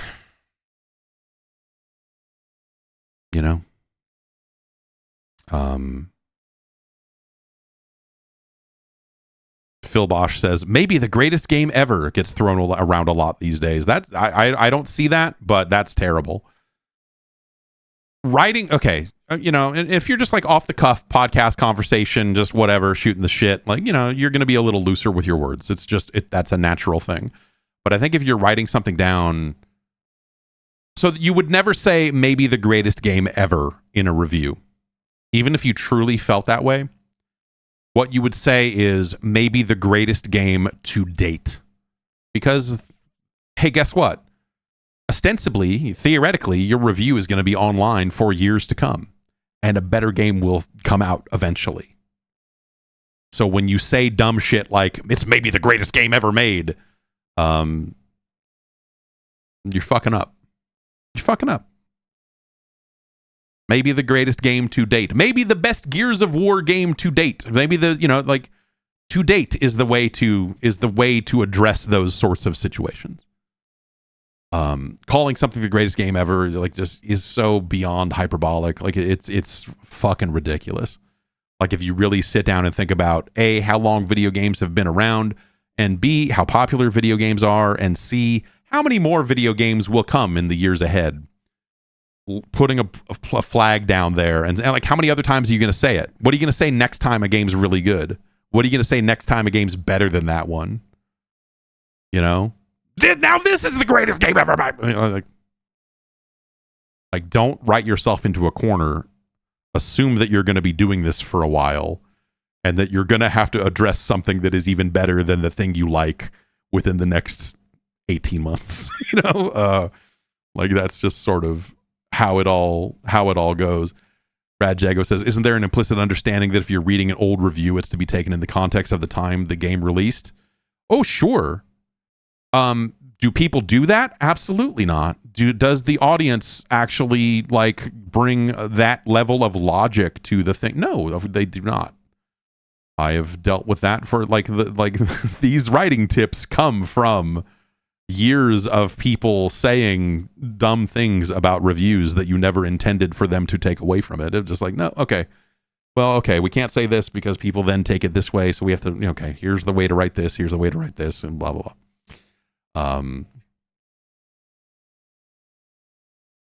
But yeah, this is all these are all road tested. This is all road tested advice. My writing advice usually comes from a place of, don't make this mistake, don't do this.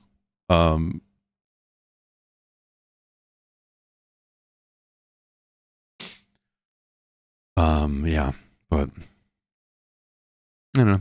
Diablo. What are you gonna say? It's the greatest game ever made, and it's all new. It's like a whole new thing. I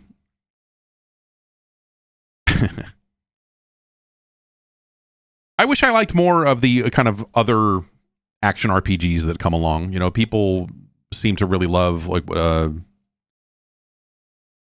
PoE 1 and 2, some of the other stuff that's come out over the years, but I've just never been able to really get into any other game quite like this one. Like Diablo, just the way they the specific mix that they provide and the way they do it, I think just does it the way I want it to be done. And when it, or at least in this camera perspective and all of this other stuff, like when you extrapolate it out to first person shooters and all the all the other stuff that are also technically action RPGs. Destiny 2, I suppose, falls into that. Yeah, I mean, yeah. I mean, I was going to say, but like Borderlands is kind of the most direct, I think, lineage from that point to that point. Yeah, sure. Hellgate London is definitely in the middle of that. But Borderlands, I mean, like I interviewed Randy Pitchford before Borderlands 1 came out, and he mentioned Diablo specifically as what they were kind of going for with what they were doing. And all of that. But like, I don't know, this at some point we get into the kind of the watering down or the lack of purity in genres these days, which is ultimately a good thing. But it does make it harder to classify stuff. But you know, everything is an RPG. Everything has loot. Or not everything, but you know, like fuck, man, they made Need for Speed games that had loot with rarity on it. You know, they've done a lot of dumb things over the years with Need for Speed. That was maybe the worst year of that. I was gonna say that entire franchise, but definitely it's like modern era. Yeah, God of War has a loot system now for sure. I mean, not to the extent that a lot of purely loot driven games have. You know, it's not like it's not like a new weapon is dropping every 20 seconds in God of War, but sure, yeah, it does have its upgrade trees and all of that other stuff and everything. But you know, I've been thinking about Destiny 2 again, and I don't know why. I just reinstalled it this morning, and so I feel like I'm going to play some more Destiny 2 in the near future, so wish me luck on that one. Yeah,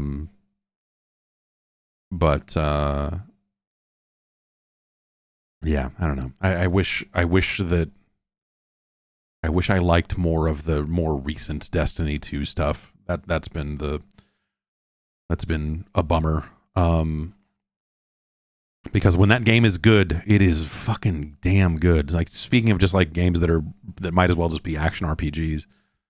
It's funny because I think a lot of people, like, you know, because Destiny requires a server connection. I mean, so does Diablo at this point. But you know, like I think people try to still. I guess maybe people don't think about this because why would anyone bother to think about it anymore? But like Destiny was thought of as an MMO in a lot of ways.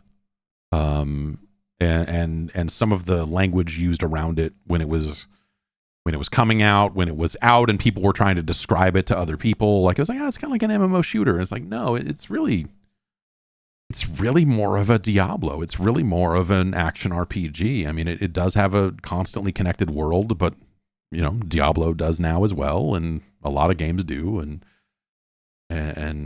all of that stuff. You hear people talking about Witchfire. I installed Witchfire. I haven't had time to look at it yet, but yeah. Petulant Penguin says MMO strikes me as a near meaningless term nowadays. Yeah, definitely. Like I think MMO kind of has to these days sort of has to mean. I mean, the first M is for massive, right? So like the player count in a given zone or given like the number of players you have to see in the act of playing, not just in a social space, I think needs to be sufficiently high. And you know, like when we look at a game like modern Battlefield games have player counts that are up there with the number of players you would have seen in a zone in EverQuest 2 or, you know, before they would instance it off or whatever. But yeah, no one's really doing massive anymore. And so I think MMO probably, like, you really have to think about MMOs as like the traditional form again.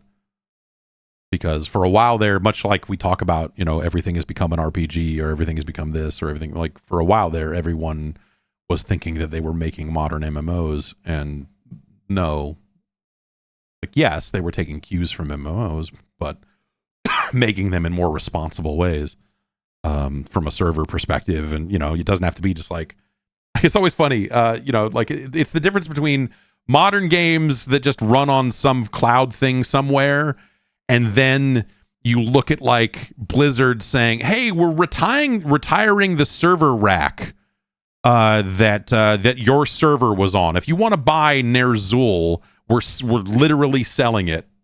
And you could buy the literal server you connected to play World of Warcraft for the first 5 years of its existence or whatever.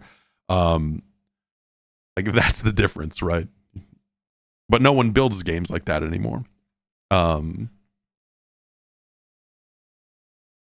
most games are not MMOs. You know, most games are not massive because that's the trade-off, right? You're building games in more like financially responsible ways. You're instancing them off. You're building experiences that are appropriate for a certain number of players. And, you know, it's not like, hey, I went to go kill this guy and there were 20 people standing there camping the spawn, you know, like classic MMO dumb shit. It was like amazing at the time because there was nothing like it. And you're like, I can't believe I'm waiting in line to kill a dude. And it was stupid. It was fucking stupid. And you know, they've found ways to, you know, to solve that problem. And they were right to solve that problem, but like, those were amazing times, right? I mean, I think so. Like for as broken and as weird as that was, there was nothing else like it at the time. And so the very idea of just like, we're going to wait here and camp this spawn and we're going to do this and then we're going to be next up to do this. And it was such a cool fucking strange time in video games because this whole new language and this whole new level of social interaction was being formed. And all new etiquette or lack thereof was being developed at the time. And people didn't want that to go away. You know, when stuff started getting instanced, I think there were people that were bummed out for sure because the games weren't massive anymore. But I don't know. It's like everyone played Guild Wars and went, oh shit, if we did our game like this, it would be like 10 times cheaper to run, you know, and we wouldn't have to like all the server cost, everything we pay right now for dedicated fucking shards and dedicated this and that.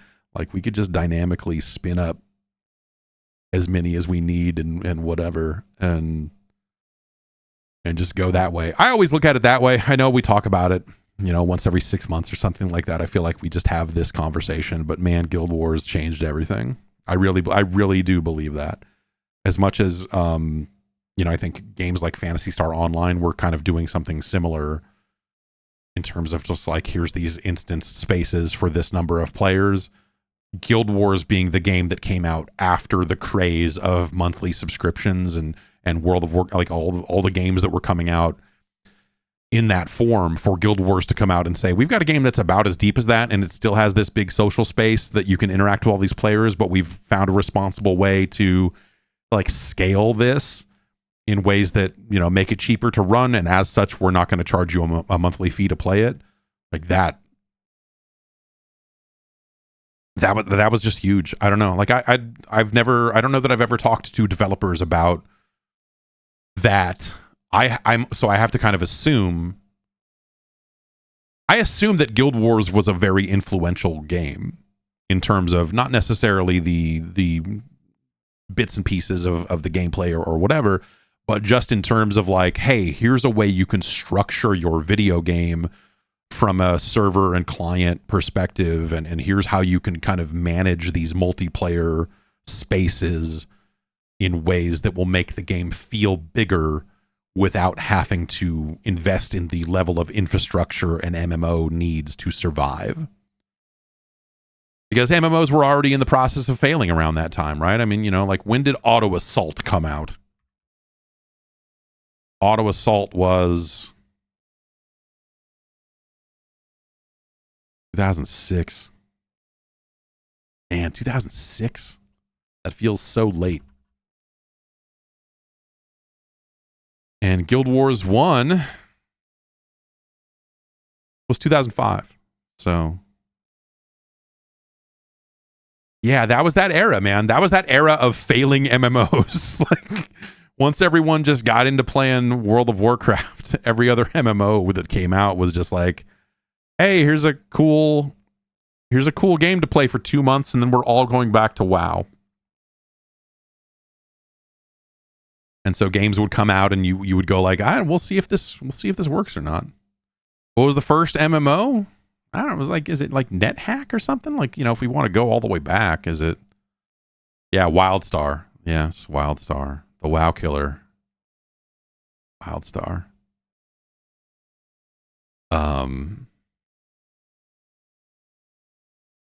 WoW Killer's she's a character in that movie, right? Is that a? I guess, yeah, NetHack wasn't a mud. So like, I guess it's just like, are we talking about muds and mucks and all of that? Is that really the kind of original MMO. I mean, otherwise you're looking at like probably. I mean, it's not Ultima Online, is it? It's no. What is the Oh, geez.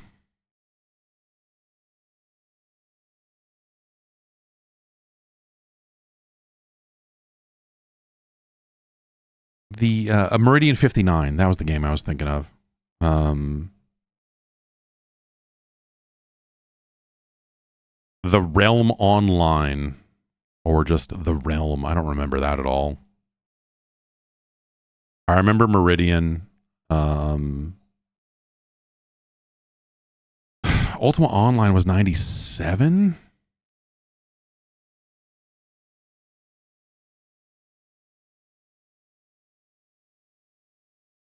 Meridian 59 was late 96.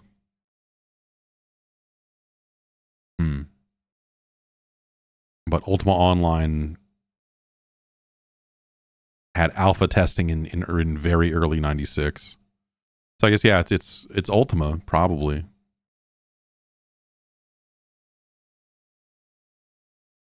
In terms of anything that popular that you were going to hurt, like that you actually had heard of. But Meridian 59 was another big early one. The people who were into Meridian were way, way into it.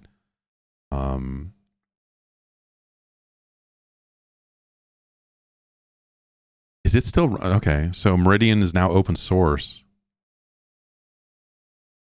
Can you still play Meridian 59?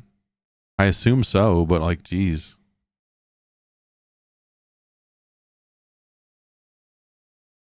It was a game by 3DO. Meridian 59 is on Steam? That's ridiculous.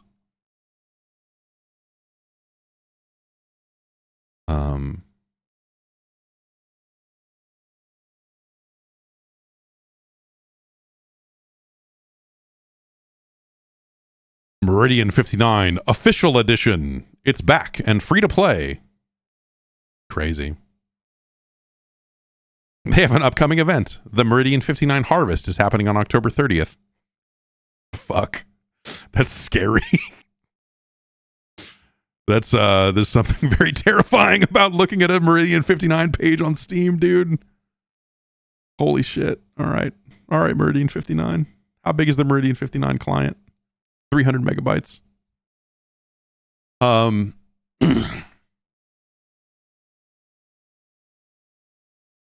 Like, when did like RuneScape come out? Like, I don't know, like that stuff's still running. I have zero experience with RuneScape. It's just, it felt like it was something that was happening. I don't know. There was a time, so it was a really interesting time for covering video games when stuff was coming out for free. Or free-to-play games. When that stuff first started up, there was a real reluctance on the part of some people on the PC side of GameSpot for devoting any editorial resources to covering a free-to-play game. With the argument being actually the similar argument that I use when I talk about phone games and covering iPhone games. It is that idea of, hey, if the game is free, they should just try it. Like, what do we need to write about it when they could just download it and play it? And of course, you eventually a scale tips where there are suddenly so many free-to-play games that no one has enough time to actually play them all, and so providing editorial coverage for those games does become relevant. Especially when you can comment on the monetization and all of that other stuff. But for a while there, it was kind of, there was just a bunch of nonsense. Speaking of fucking nonsense, GunZ the Duel has a page on Steam now. If what I read is to be believed, English language not supported. Great. Okay, apparently it's all in Korean and it's not out yet. But the original GunZ the Duel has a page on Steam.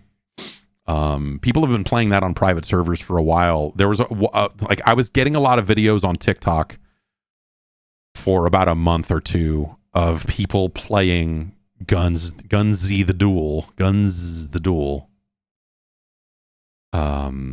And like, they were specifically talking about movement and how crazy the movement is in that game. And, you know, it was a lot of like camera setups of like, here's the game, and then here's a picture of my hands on the mouse and keyboard so you can see what I'm doing. And there was a guy that was trying to walk people through like, okay, here's how you do this wall jump to this to that, and like exploiting the movement in that game in like 90 different ways. It was so fucking nuts. That it made me not want to ever play GunZ the Duel ever again.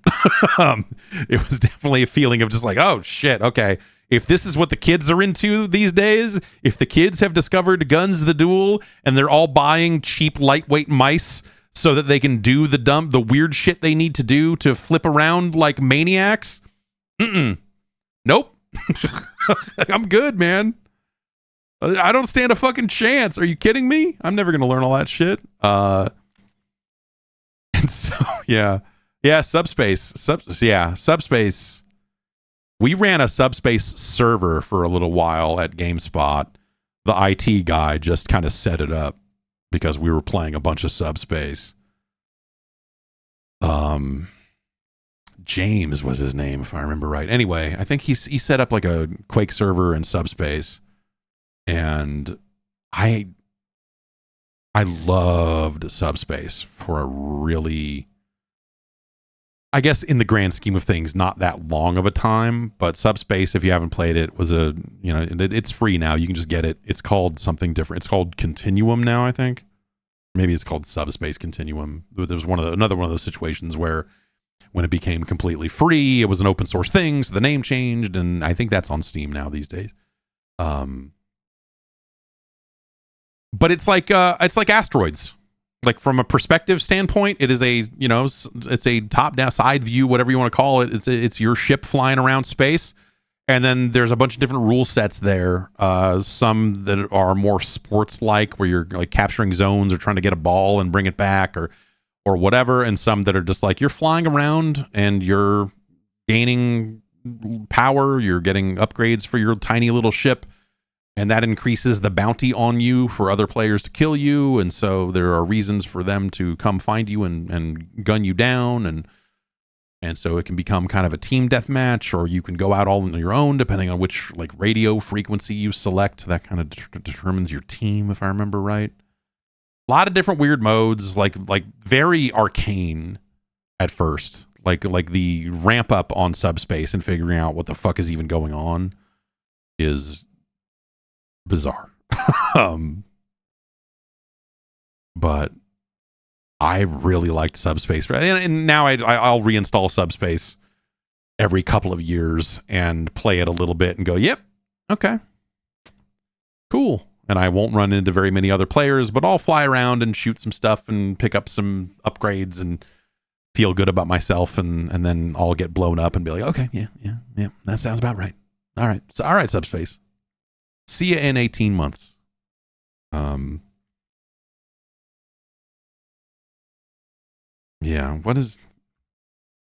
SubSpace was a game that like felt like, it's called SubSpace Continuum on Steam right now. New leagues every season, brand new gameplay, improved compatibility. Awesome. The first review quote is from GameSpot. An easy to play, difficult to master marvel. Yeah, that's about right. Where's that click out to? Who wrote that? Who wrote the SubSpace review? Oh, well, they're linking to like the, I don't know what URL format that is for GameSpot, but that is like several eras ago in GameSpot history, so I don't know. Anyway. That stuff's exciting. I don't know. You should, people play hockey in SubSpace. It's weird. SubSpace is a hard thing to describe. There's a lot of different modes. And so I think you should check out SubSpace. It's free. It's going to be a tiny ass download. You should fire up SubSpace and see if you can figure it out. Maybe it'll hook you for a handful of years or something. Like that and Soldat. I don't know. Soldat is free on Steam. Soldat 2 is $8 on Steam. And I don't know if anyone... It's still... Yeah, Soldat 2 is still in early access, technically. I don't know what the deal is with Soldat and Soldat 2. I seem to remember it being a thing of just like, oh, the original Soldat guy didn't make it, or he did make it, but he's a jerk now, or there was some, I don't know. There's always something, right? When you're bringing an old game back, there's always some strange controversy around it, like the Flappy Bird stuff. Scumbags got a hold of this IP and are going to exploit it for crypto. And you're like, oh, good. Good, that's what we need.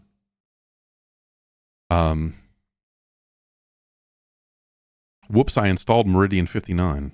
Well, no, we're not gonna. You should check this out. This is a game called Pinball Spire that I've been playing a little bit of. I am a little bit mixed on it, but it's rad that it exists. If that makes any sense. Because I love when people do cool stuff with pinball. I love when people take pinball and try to turn it into something else. It's such a cool idea. This comes from an individual developer, you know, and I think, you know, some music and stuff came from someone else. It's not...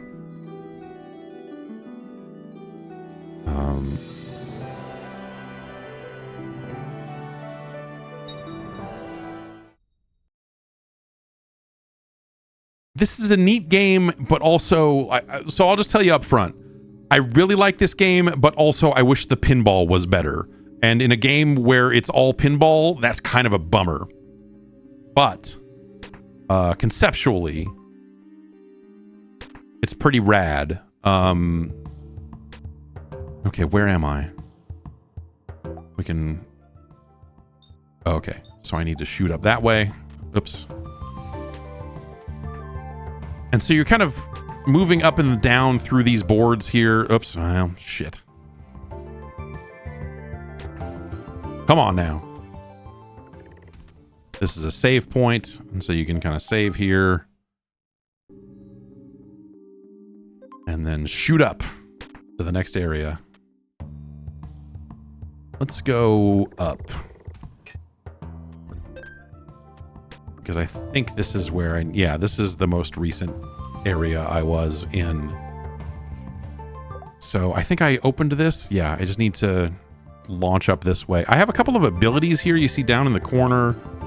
I can slow down time, and I can also set the ball on fire. When you set the ball on fire, it helps you to go through obstacles instead of bouncing off them, which is necessary in some cases. I think my problem with this is I just like the pinball tables themselves. Like, you get to these screens where it's like, now play some pinball, and none of these individual tables, none of these individual screens are actually much fun, and that's been a bummer. But we can, so when we slow down when we're on the flipper here, we can line this up. I can go bap and then set the ball on fire so that it goes up where it needs to go. And thank you. God damn it, I was having trouble with that last night.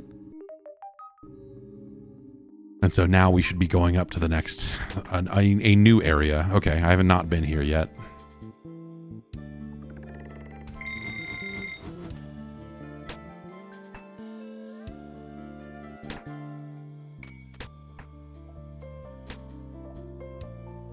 So when you get to a new area, you can pause it and kind of move around to see like, okay, light all the letters in this word to complete the objective. Collect this medallion to light up a letter for the word objective for this room. The gate opens with a button. Hit this spinner to collect coins or XP. Okay. Oh, here are the buttons. Okay, so this has got a lot of flippers on it, which is fun. And we need to hit these two buttons in order to open these two gates, in order to collect these medallions, in order to spell this word, which is the word up, which will presumably open this gate so that we can move on.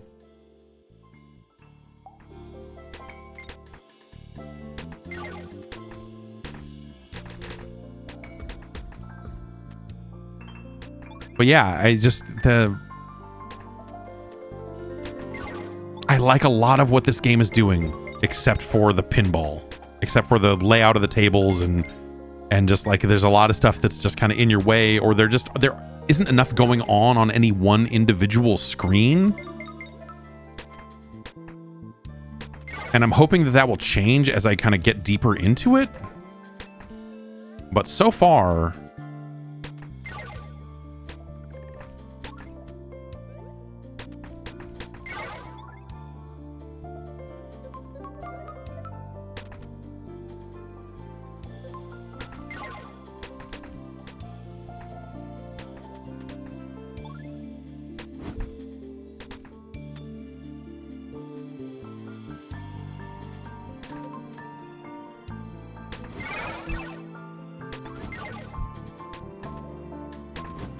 all of these enemies will respawn when you hit them. You'll see like a little clocky kind of icon appear, a little respawn timer.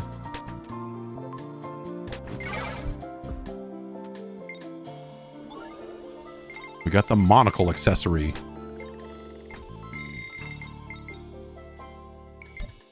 All right, we hit one of our buttons.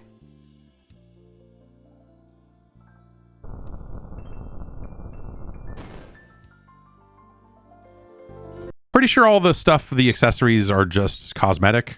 I haven't really seen anything that indicates otherwise.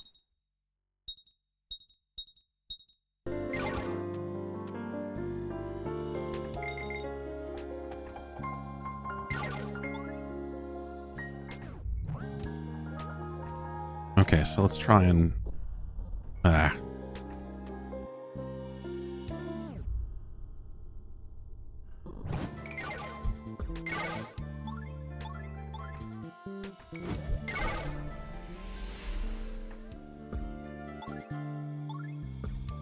So in order to do this, I'm going to need to shoot that shot on the left and also set the ball on fire so that it blasts through that enemy there. Otherwise, I'll have to make the shot twice, which I don't want to do. There we go. Okay, we hit our other button. So now we need to go down here and hit these things and then go back up once we've hit those, because that will open the gate. And then we can move on.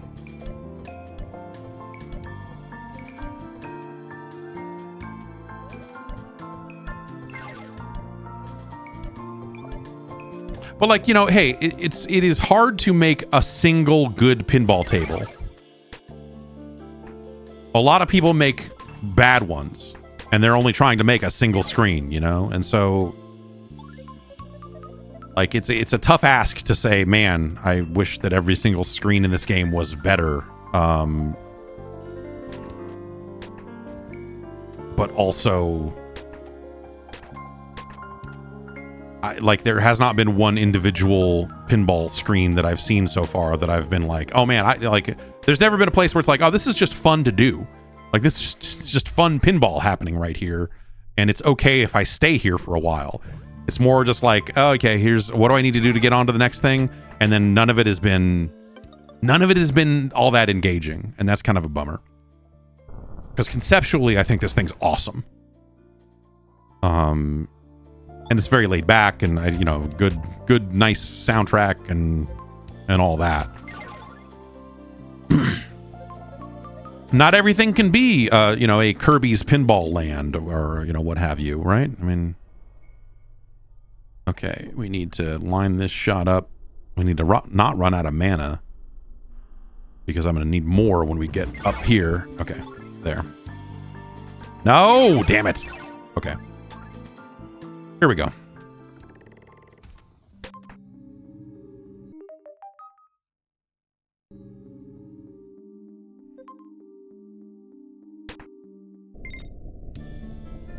Now, Kirby's Pinball Land, that's a heck of a game. That's 3 tables. They're all quality. Crazy boss fights. You could maybe have some slight arguments that maybe some of the pinball and the ball movement and stuff could be a touch better. I don't know. I mean, it's the best Kirby game.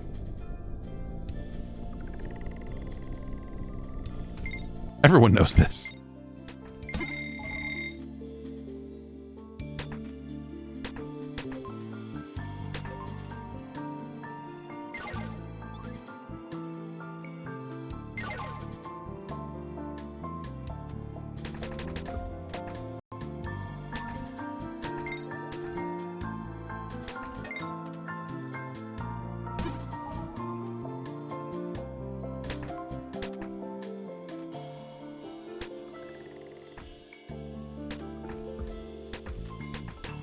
It's natural. I mean, Kirby is a ball.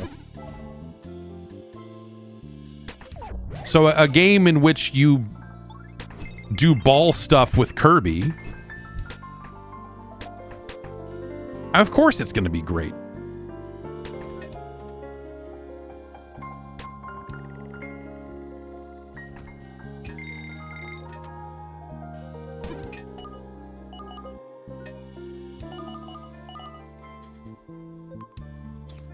The Seb Mall in the chat says, yeah, you're right, and it's called Kirby's Dream Course. What is that?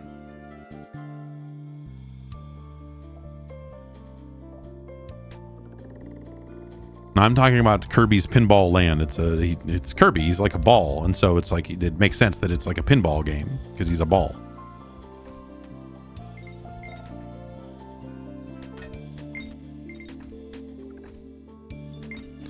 This is really weird where I've got this plunger on the side of the... Oh, I see. So if it hits off that bumper, then it goes right into that plunger. Oh, I didn't want to do that. I didn't want to go back over here, I bet.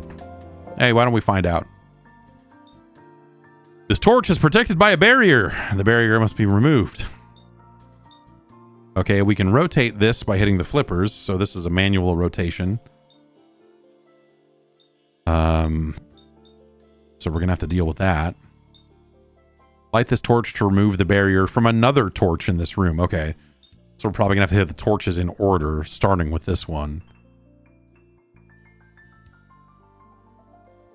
But, you know, I got to say, like, characters that are balls, for as much as you think they would be total natural fits in pinball games, I have to say that, like, it's not always true. Because we do live in a world where Sonic Spinball exists.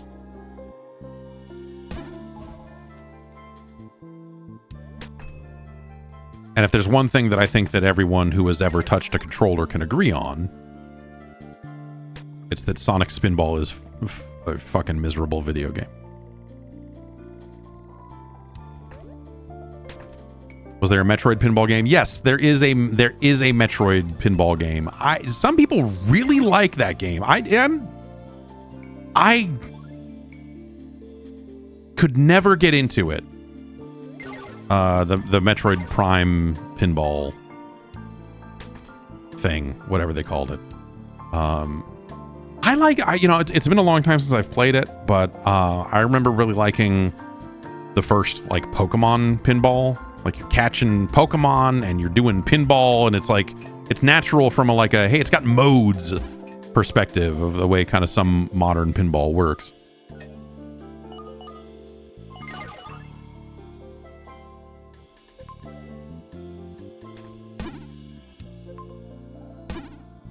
Okay, so eventually I'll kind of need to do this. But this still has a barrier on it, so it's not. Okay, so we'll rotate that that way.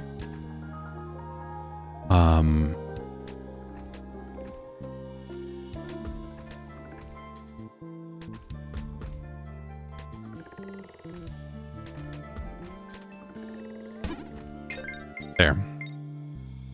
So which one did that undo? This one. No?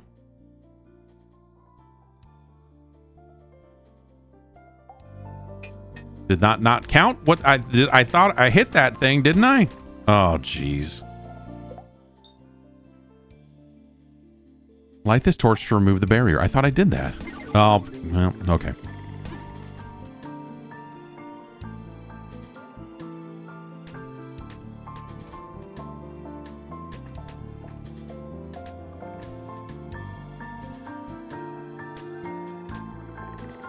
No, I screwed up. There.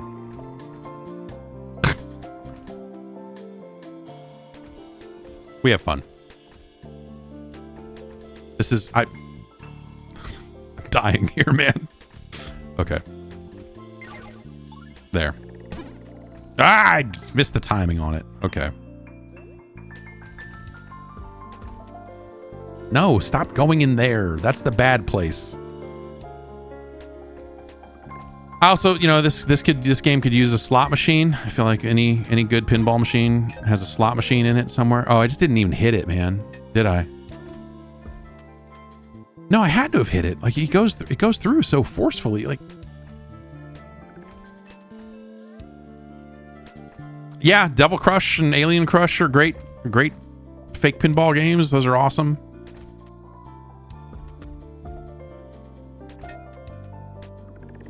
I mostly played those on a Turbo Graphics, but yeah, I know they did some Genesis versions, some Mega Drive versions that are interesting in their own way. I hit that thing. Oh, I need to be on fire to light the torch. I need to hit square. Okay, so that's one more thing we need to worry about. To light the torch, I need to be on fire. I love the music in Alien Crush.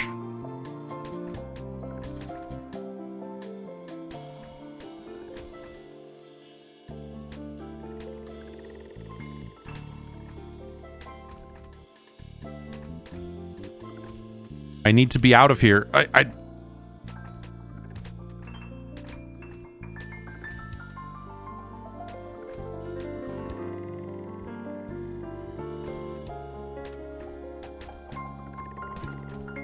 No, fire! I didn't hit square fast enough.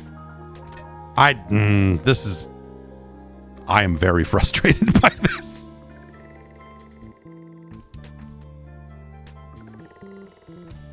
No! Damn it! We've boned up the timing so bad that we're all the way on the other half of the play field.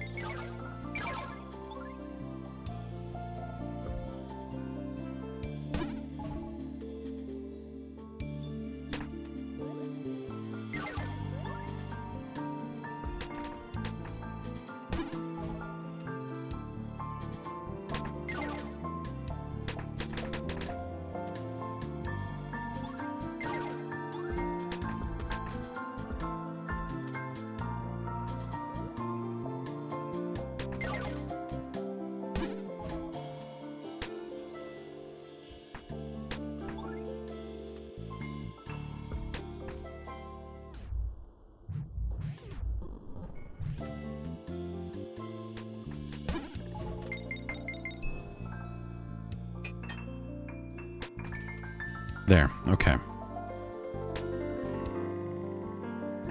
No, I tired. All right.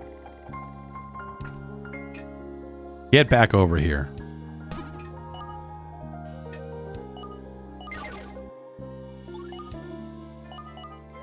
I would say this is the first challenging screen I've seen, but also I'm not gonna. I don't. I don't know, man. I really want to like this, and I'm kind of not really. Just the screen to screen nature of the pinball. None of the individual tables or individual that went in there. I didn't even expect it was going to go in there. There. Okay, now we need to go back over to the other side and do that one. So this is the first one that's been challenging, but also I don't know that I'd say that it's like actually a good, fun challenge. It's more just kind of like, you gotta time hitting 3 different buttons at the same time, and because you gotta light it on fire, you gotta do this, you gotta do that, and I don't know, man. I feel like this is a game you're gonna know from seeing it if you're gonna be down for it or not, and I'd say I am down for it, but I'm finding a lot of aspects of it where I wish it was just a little better. Okay, now we need to hit this bumper down here and then hold the flipper up when we go. No, this is not it. Because we need it to go down there, and we need to make sure that we're on fire when we do it. No, don't do that, you mother.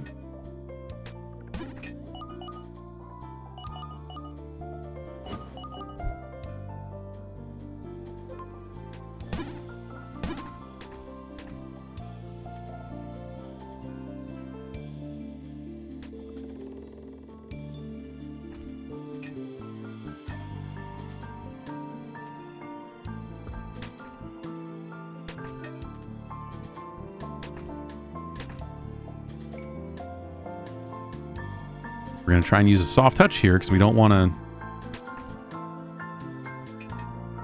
We don't want to do that. Okay.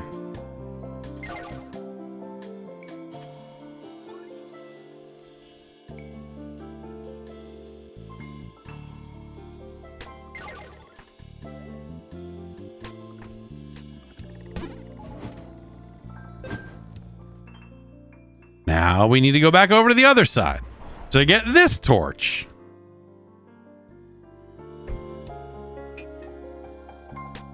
I liked Yoku's Island Express. It was fun. It was not perfect either, but I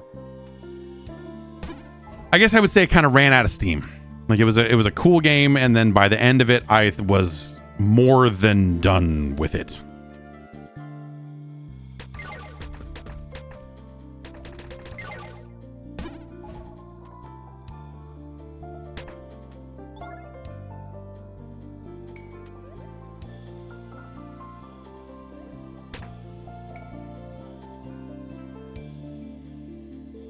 All right, just yeah, there we go. Oh, I screwed that up.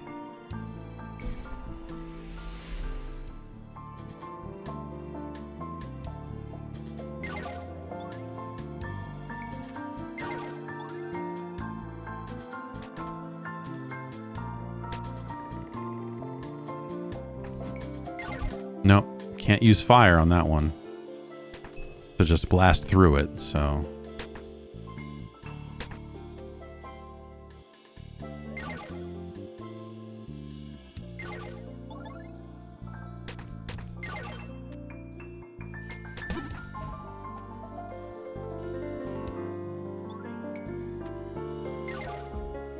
I wish I could nudge the ball around, and maybe that's like a power you get later on in the game, but like the inability, like it's like right now it's so specific, and who cares about points?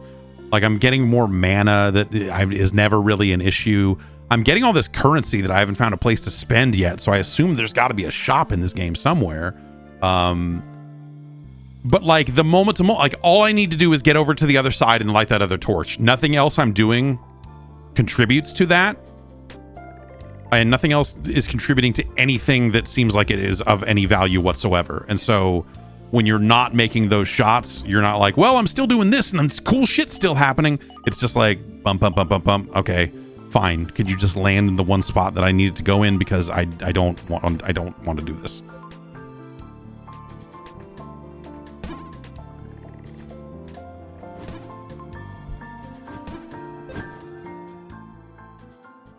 Okay. Now we go back over to the other side to light that torch. And is that the last one? I think that might be the last one.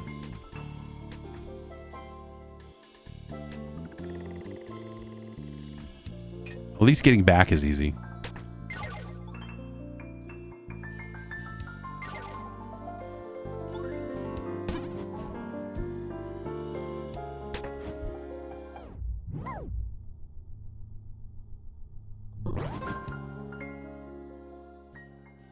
Okay. All right. That opened that. So now we just need to do this, right? I mean, see you later. Oops. No, you mother...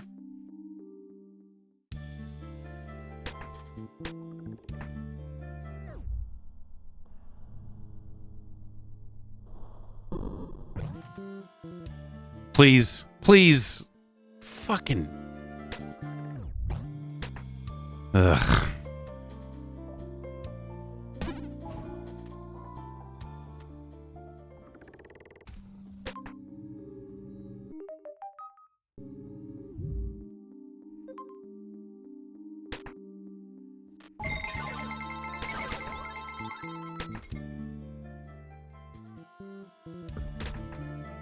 All right, we got big cloud.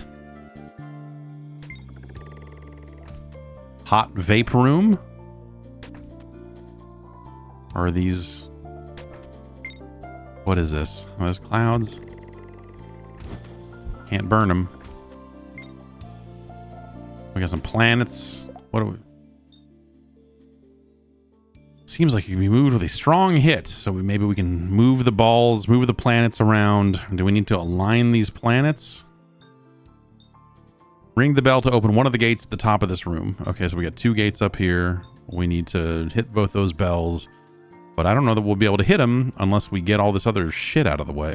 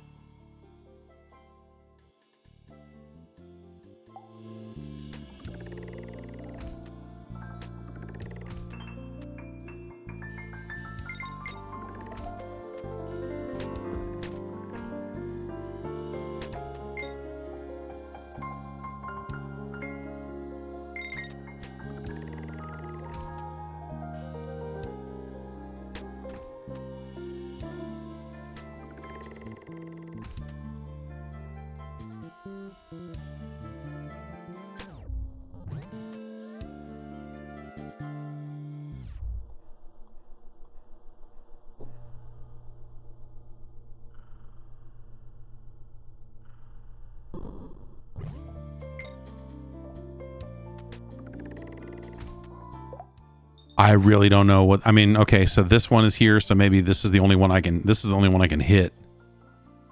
So I probably need to right flipper it up and around and see if I can do anything here.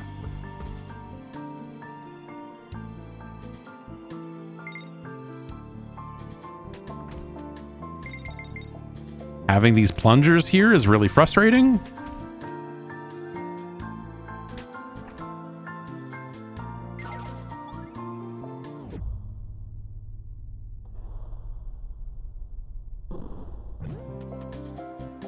Cool.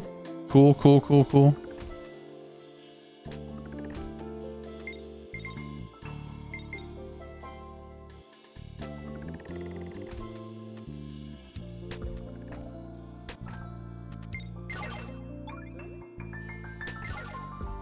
Was there another path? Let's try dropping down.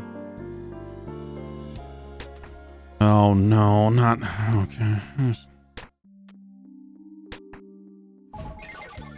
Oh, if I had done fire there, it would have gone the other way. So let's try that.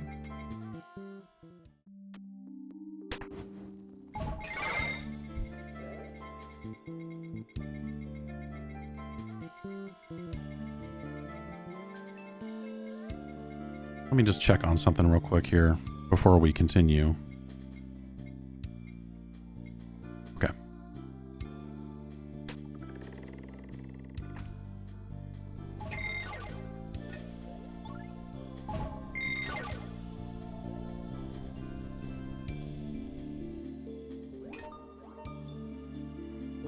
Oh, fuck you.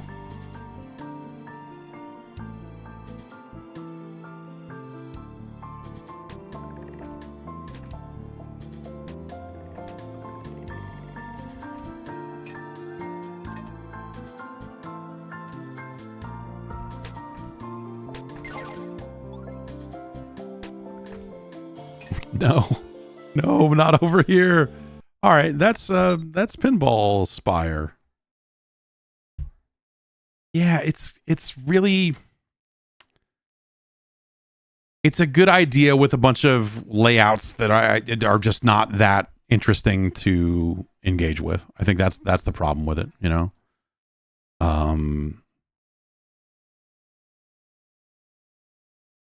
Man, it's a fantastic idea, and I find myself compelled to like continue to play it.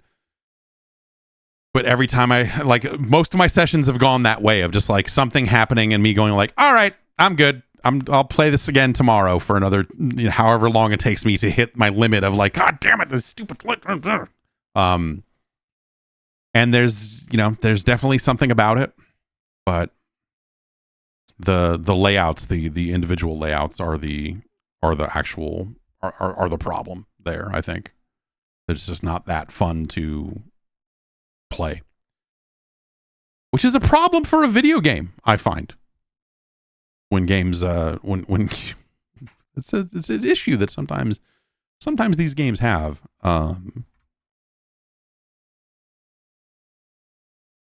they can't all be. Not every video pinball game can be an extreme fucking banger, you know? You've got to take the good with the bad.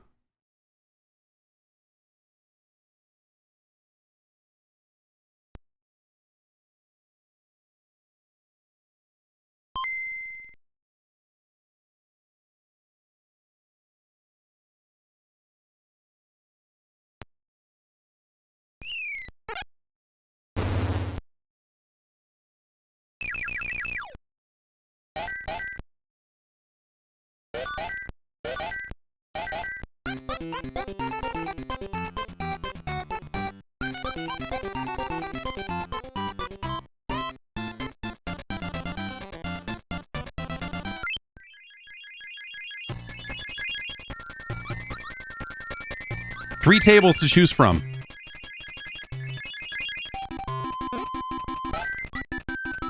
Stereo sound. Eggs.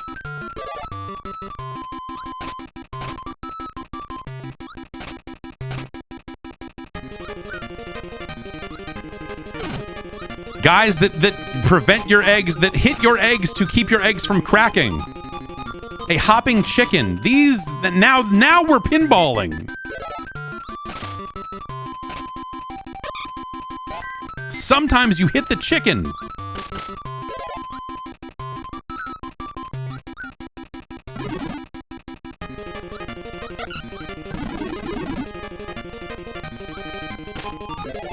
Sometimes you need to hit a star and you miss it, and then you get to hit the chickens again. That's just life, baby.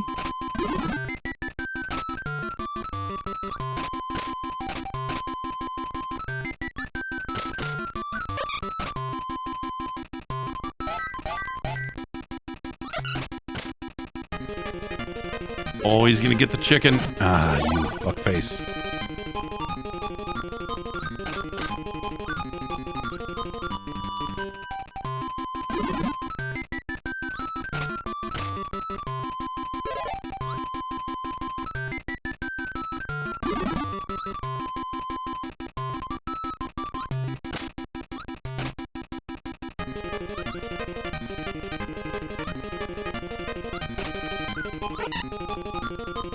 All right, here we go. Another shot at the title.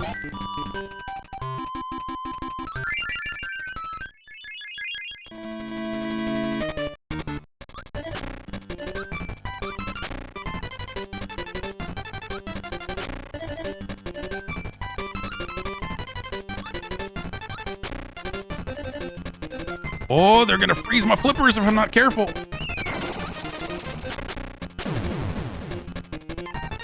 And nobody likes that.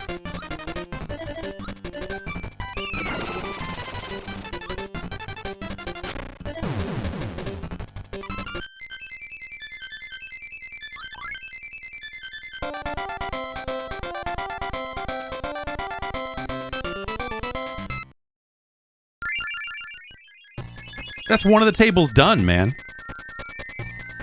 Seems like you could probably beat all three of these tables on one life. I don't know. Hey, here's a slot machine. What was I saying earlier? Every good pinball game, every good video pinball game has a questionable slot machine in it. Yeah, what if you wanted to catch Pokemon while playing pinball? That's a great idea. Oh, well, we screwed that up.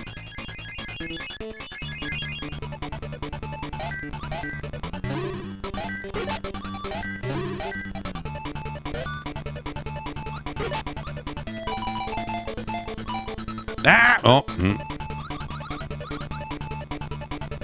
Am I going to get an Alarmo? I'm not. No current plans. No current Alarmo plans. I watched that video of the Nintendo alarm clock with my daughter this morning, and she watched it and said, "Mario Odyssey, that's the game I play," and was very excited about that, but couldn't quite grasp what the thing was. I'm like, well, it's a clock that wakes you up, and she's, she's like, what? Because mommy and or daddy wake her up. So what's a clock? Or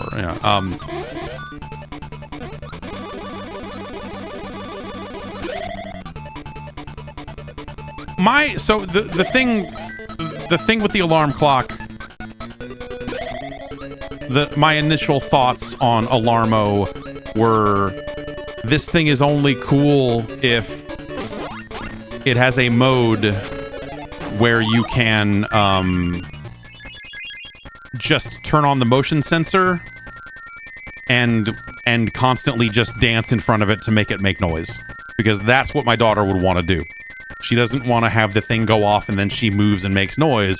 She would just want to like make punching noise, like punch moves in front of it and hear coins. That's what she would want.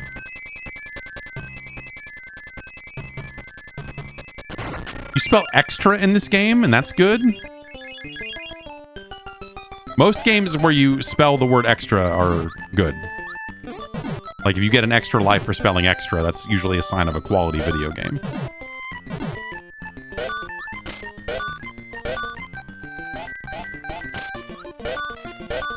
And Alarmo seems like something where, you know, like they in that trailer, they put out the thing saying like, oh, and if you connect it to the internet, you'll get new alarms. And it showed like 2 of them, like an Animal Crossing one, and I forget what the other one was. And I bet that's all they ever do with it. It's not going to be a thing where like, hey, and now, you know, every quarter, it just seems like something, because of the way Nintendo works, they'll put out those 2 new alarms and then it will never do anything on the internet ever again. So I just, you know, that's a cool idea. It is, I just, like, my thoughts on it are that it's not enough for the amount of money they want for it. And when you get into the idea of like, hey, you know, adults have phones and you can set whatever alarm noise you fucking want. And yeah, okay, a phone's not going to detect you waking up and make coin noises, but I don't know that I need that. It's something my daughter would probably be into, but I don't feel like it has the feature set that she would actually want from it either. And so it just doesn't seem... It just doesn't seem like enough, I guess is my point. Gamerheads here says it could be used as a marketing tool. New games come out, new alarms available, but I doubt it. Yeah, exactly. Yes, it could. Wouldn't Nintendo actually think to do that? No, probably not.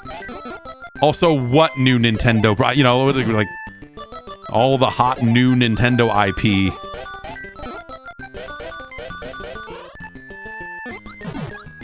Instead, I would see them. I would see them doing something even worse, like, hey, it's Mario's birthday, and for a limited time, we've added the original Mario alarm. And then they put that in there, and then at the end of the month, they take it out. They're like, okay, the birthday celebration is over, so that's it for that. Did you like this thing? Cool, it's gone now. Like, that's what Nintendo would do. Ah!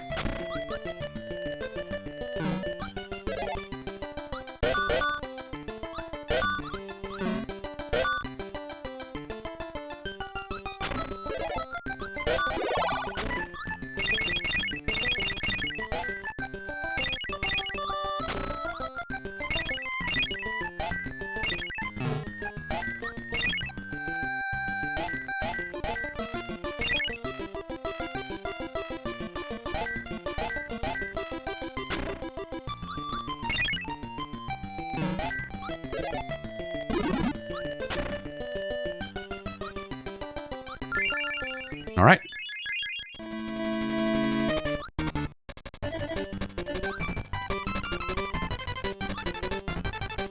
Doing great so far.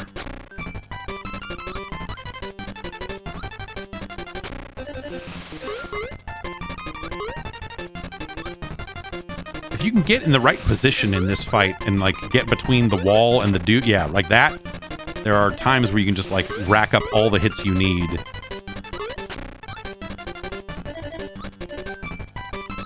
Now we got to deal with this garbage. Not cool, man. So no, I think this actually is the very first Kirby game I owned. And so in a lot of, it's like in most cases, this was my first experience with all of these bosses and characters and stuff.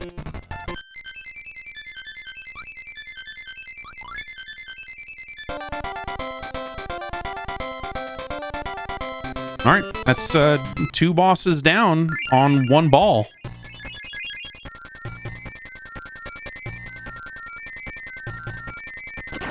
Oops. Well, we're okay.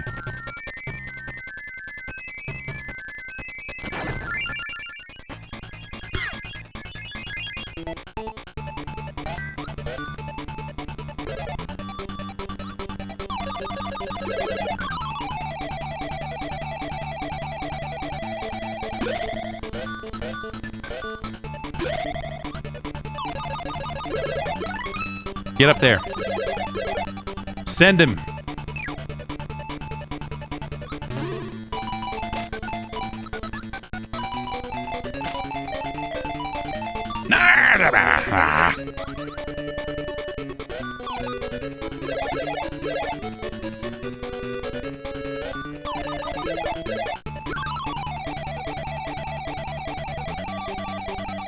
Well, I missed that. Oh, I got it. Last minute. Ah, that's no good.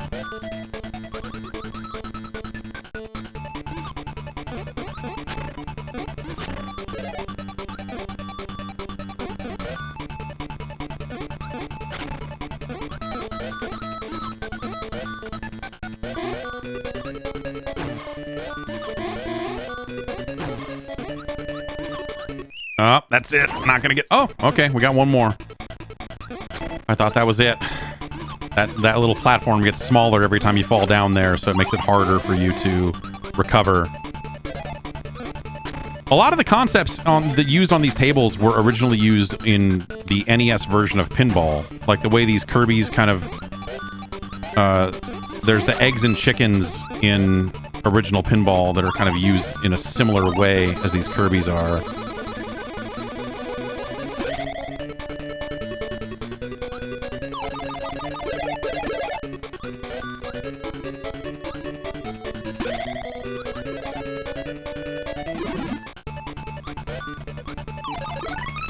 Okay.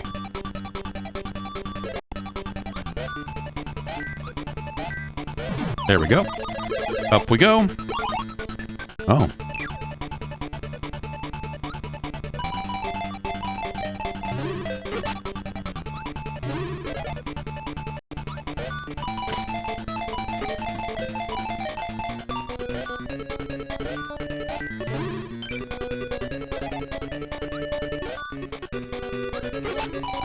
Okay, there's our star.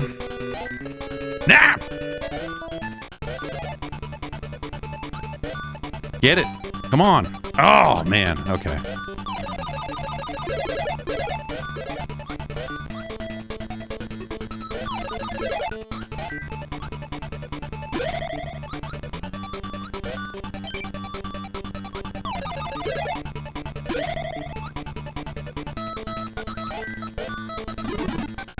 All right. Here's where it gets real.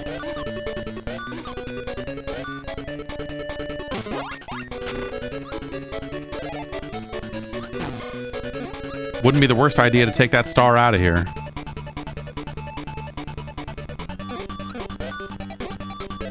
And come right back in.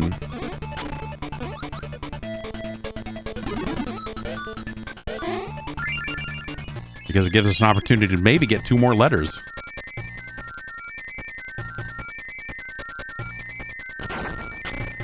Not like that, though. All right, we just needed the T now.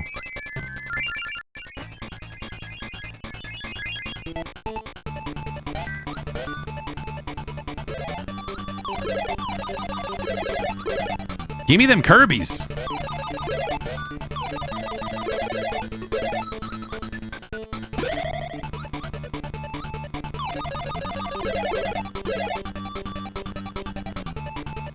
Oh. The curb has turned. You can roll individual reels if you hit the bottom of Kirby. And so if you get 2 of one thing and you're missing the third, you can kind of get what you need. Like this. Oh, come on. They'll fudge it for you. The game will fudge it for you. Okay. What? Oh, is that a bonus state? Ah, man. Oh, come on. Nope. That's it. Okay. Hell of a game. There's stuff about the movement that, like, the stuff about the physics of the pinball that I think could be better. And they do a weird thing where when you're in the boss fights and Kirby looks like Kirby instead of a ball, he controls a little bit differently, or the movement's a little bit different, and it's a weird choice. But hell of a game. Hell of a game.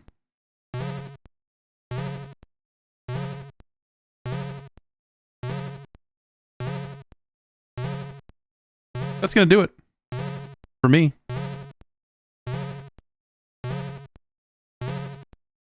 Maybe next time we'll just play Crew Ball.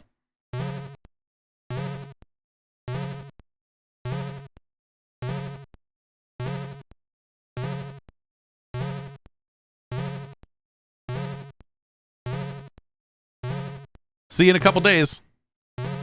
We'll rank some 8-bit Nintendo games.